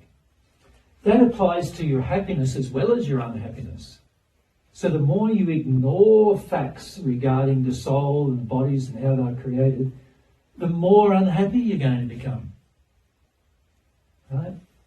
And the more you imbibe and understand the human soul and bodies and how they work, the more potentially happy you can become.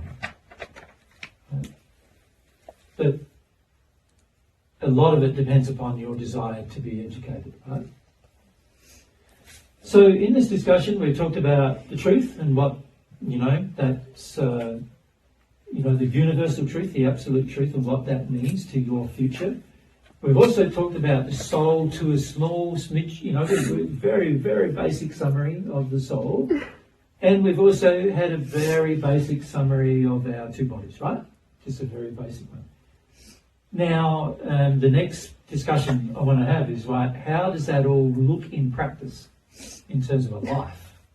So we've learned a bit about you could say the scientific functioning of the soul, the scientific functioning of the law, which is all about the truth, the scientific functioning of the soul, which is all about how the soul's been created. We've looked about the scientific functioning of the two bodies and what's going on there. But how do you put all that together and make a happy life?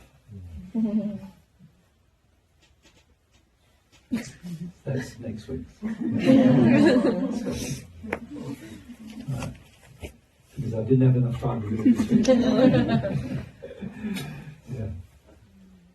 hopefully in this discussion though, you can see that you can hear a material, can't you? Many of you have heard bits of this material over the course of the whole time I've been teaching, right?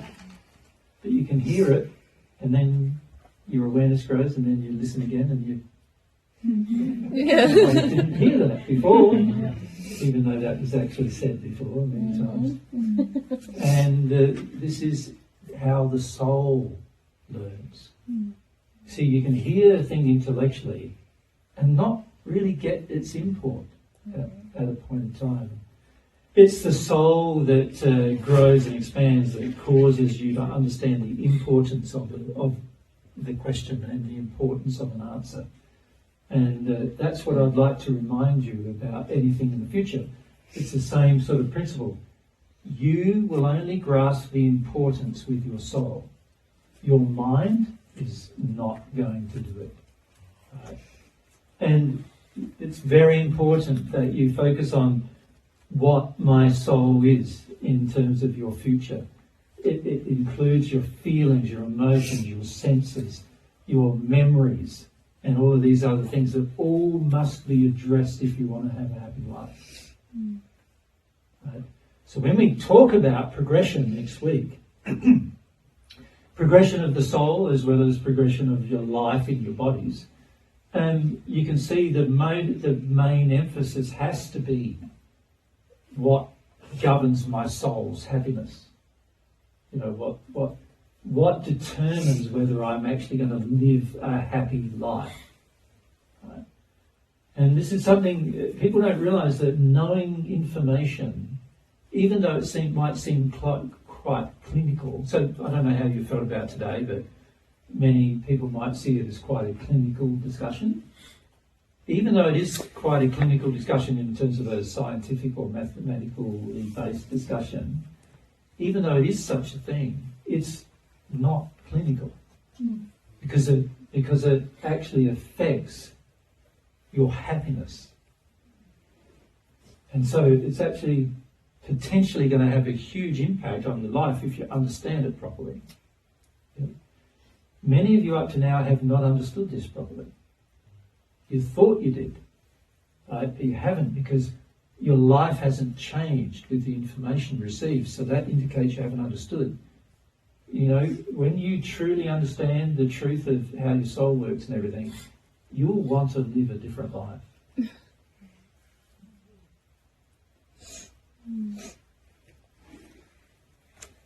And next week we'll have a look at what that life could be. Good day.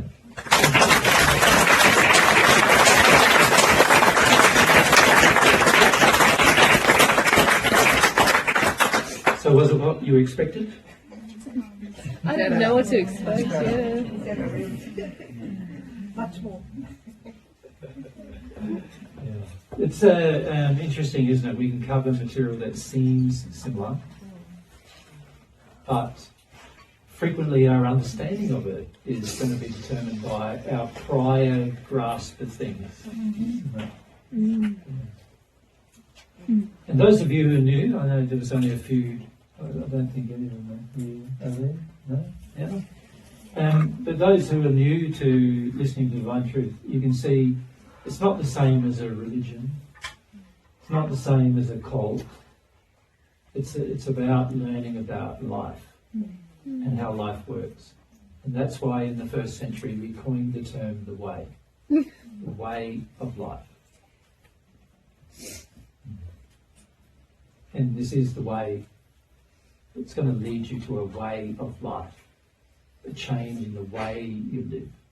And that's inevitable once you learn the truth. It's inevitable that you'll change the way you live. Any who have not changed the way they live have not yet learned the truth. This is how I know many of you haven't learned it yet. You haven't changed the way you live yet. Right? And you change the way you live, it's an indication that there's a motivation in the heart to live differently, based upon the truth you hear. So just bear that in mind when it comes to your concept about your own development. If you're fundamentally living the same life, you have not changed. And if you haven't changed, then it means the information wasn't big enough, or your understanding of it wasn't large enough in order to create a change. Once you understand the ramifications of the information you hear, you'll want to make a change. Because happiness comes from making changes, not from staying the same. Now, I don't mean you want to make a change just materially, with your life in the physical. You'll want to start with some fundamental soul changes, and that's what's going to change your life. So now you understand more about the soul and what's in it. You know what you're going to need to change, right? Everything. You're going to need to change your beliefs. You're going to need to change your emotions. You're going to need to change your memories. You're going to need to be more sensitive, sensorially sensitive.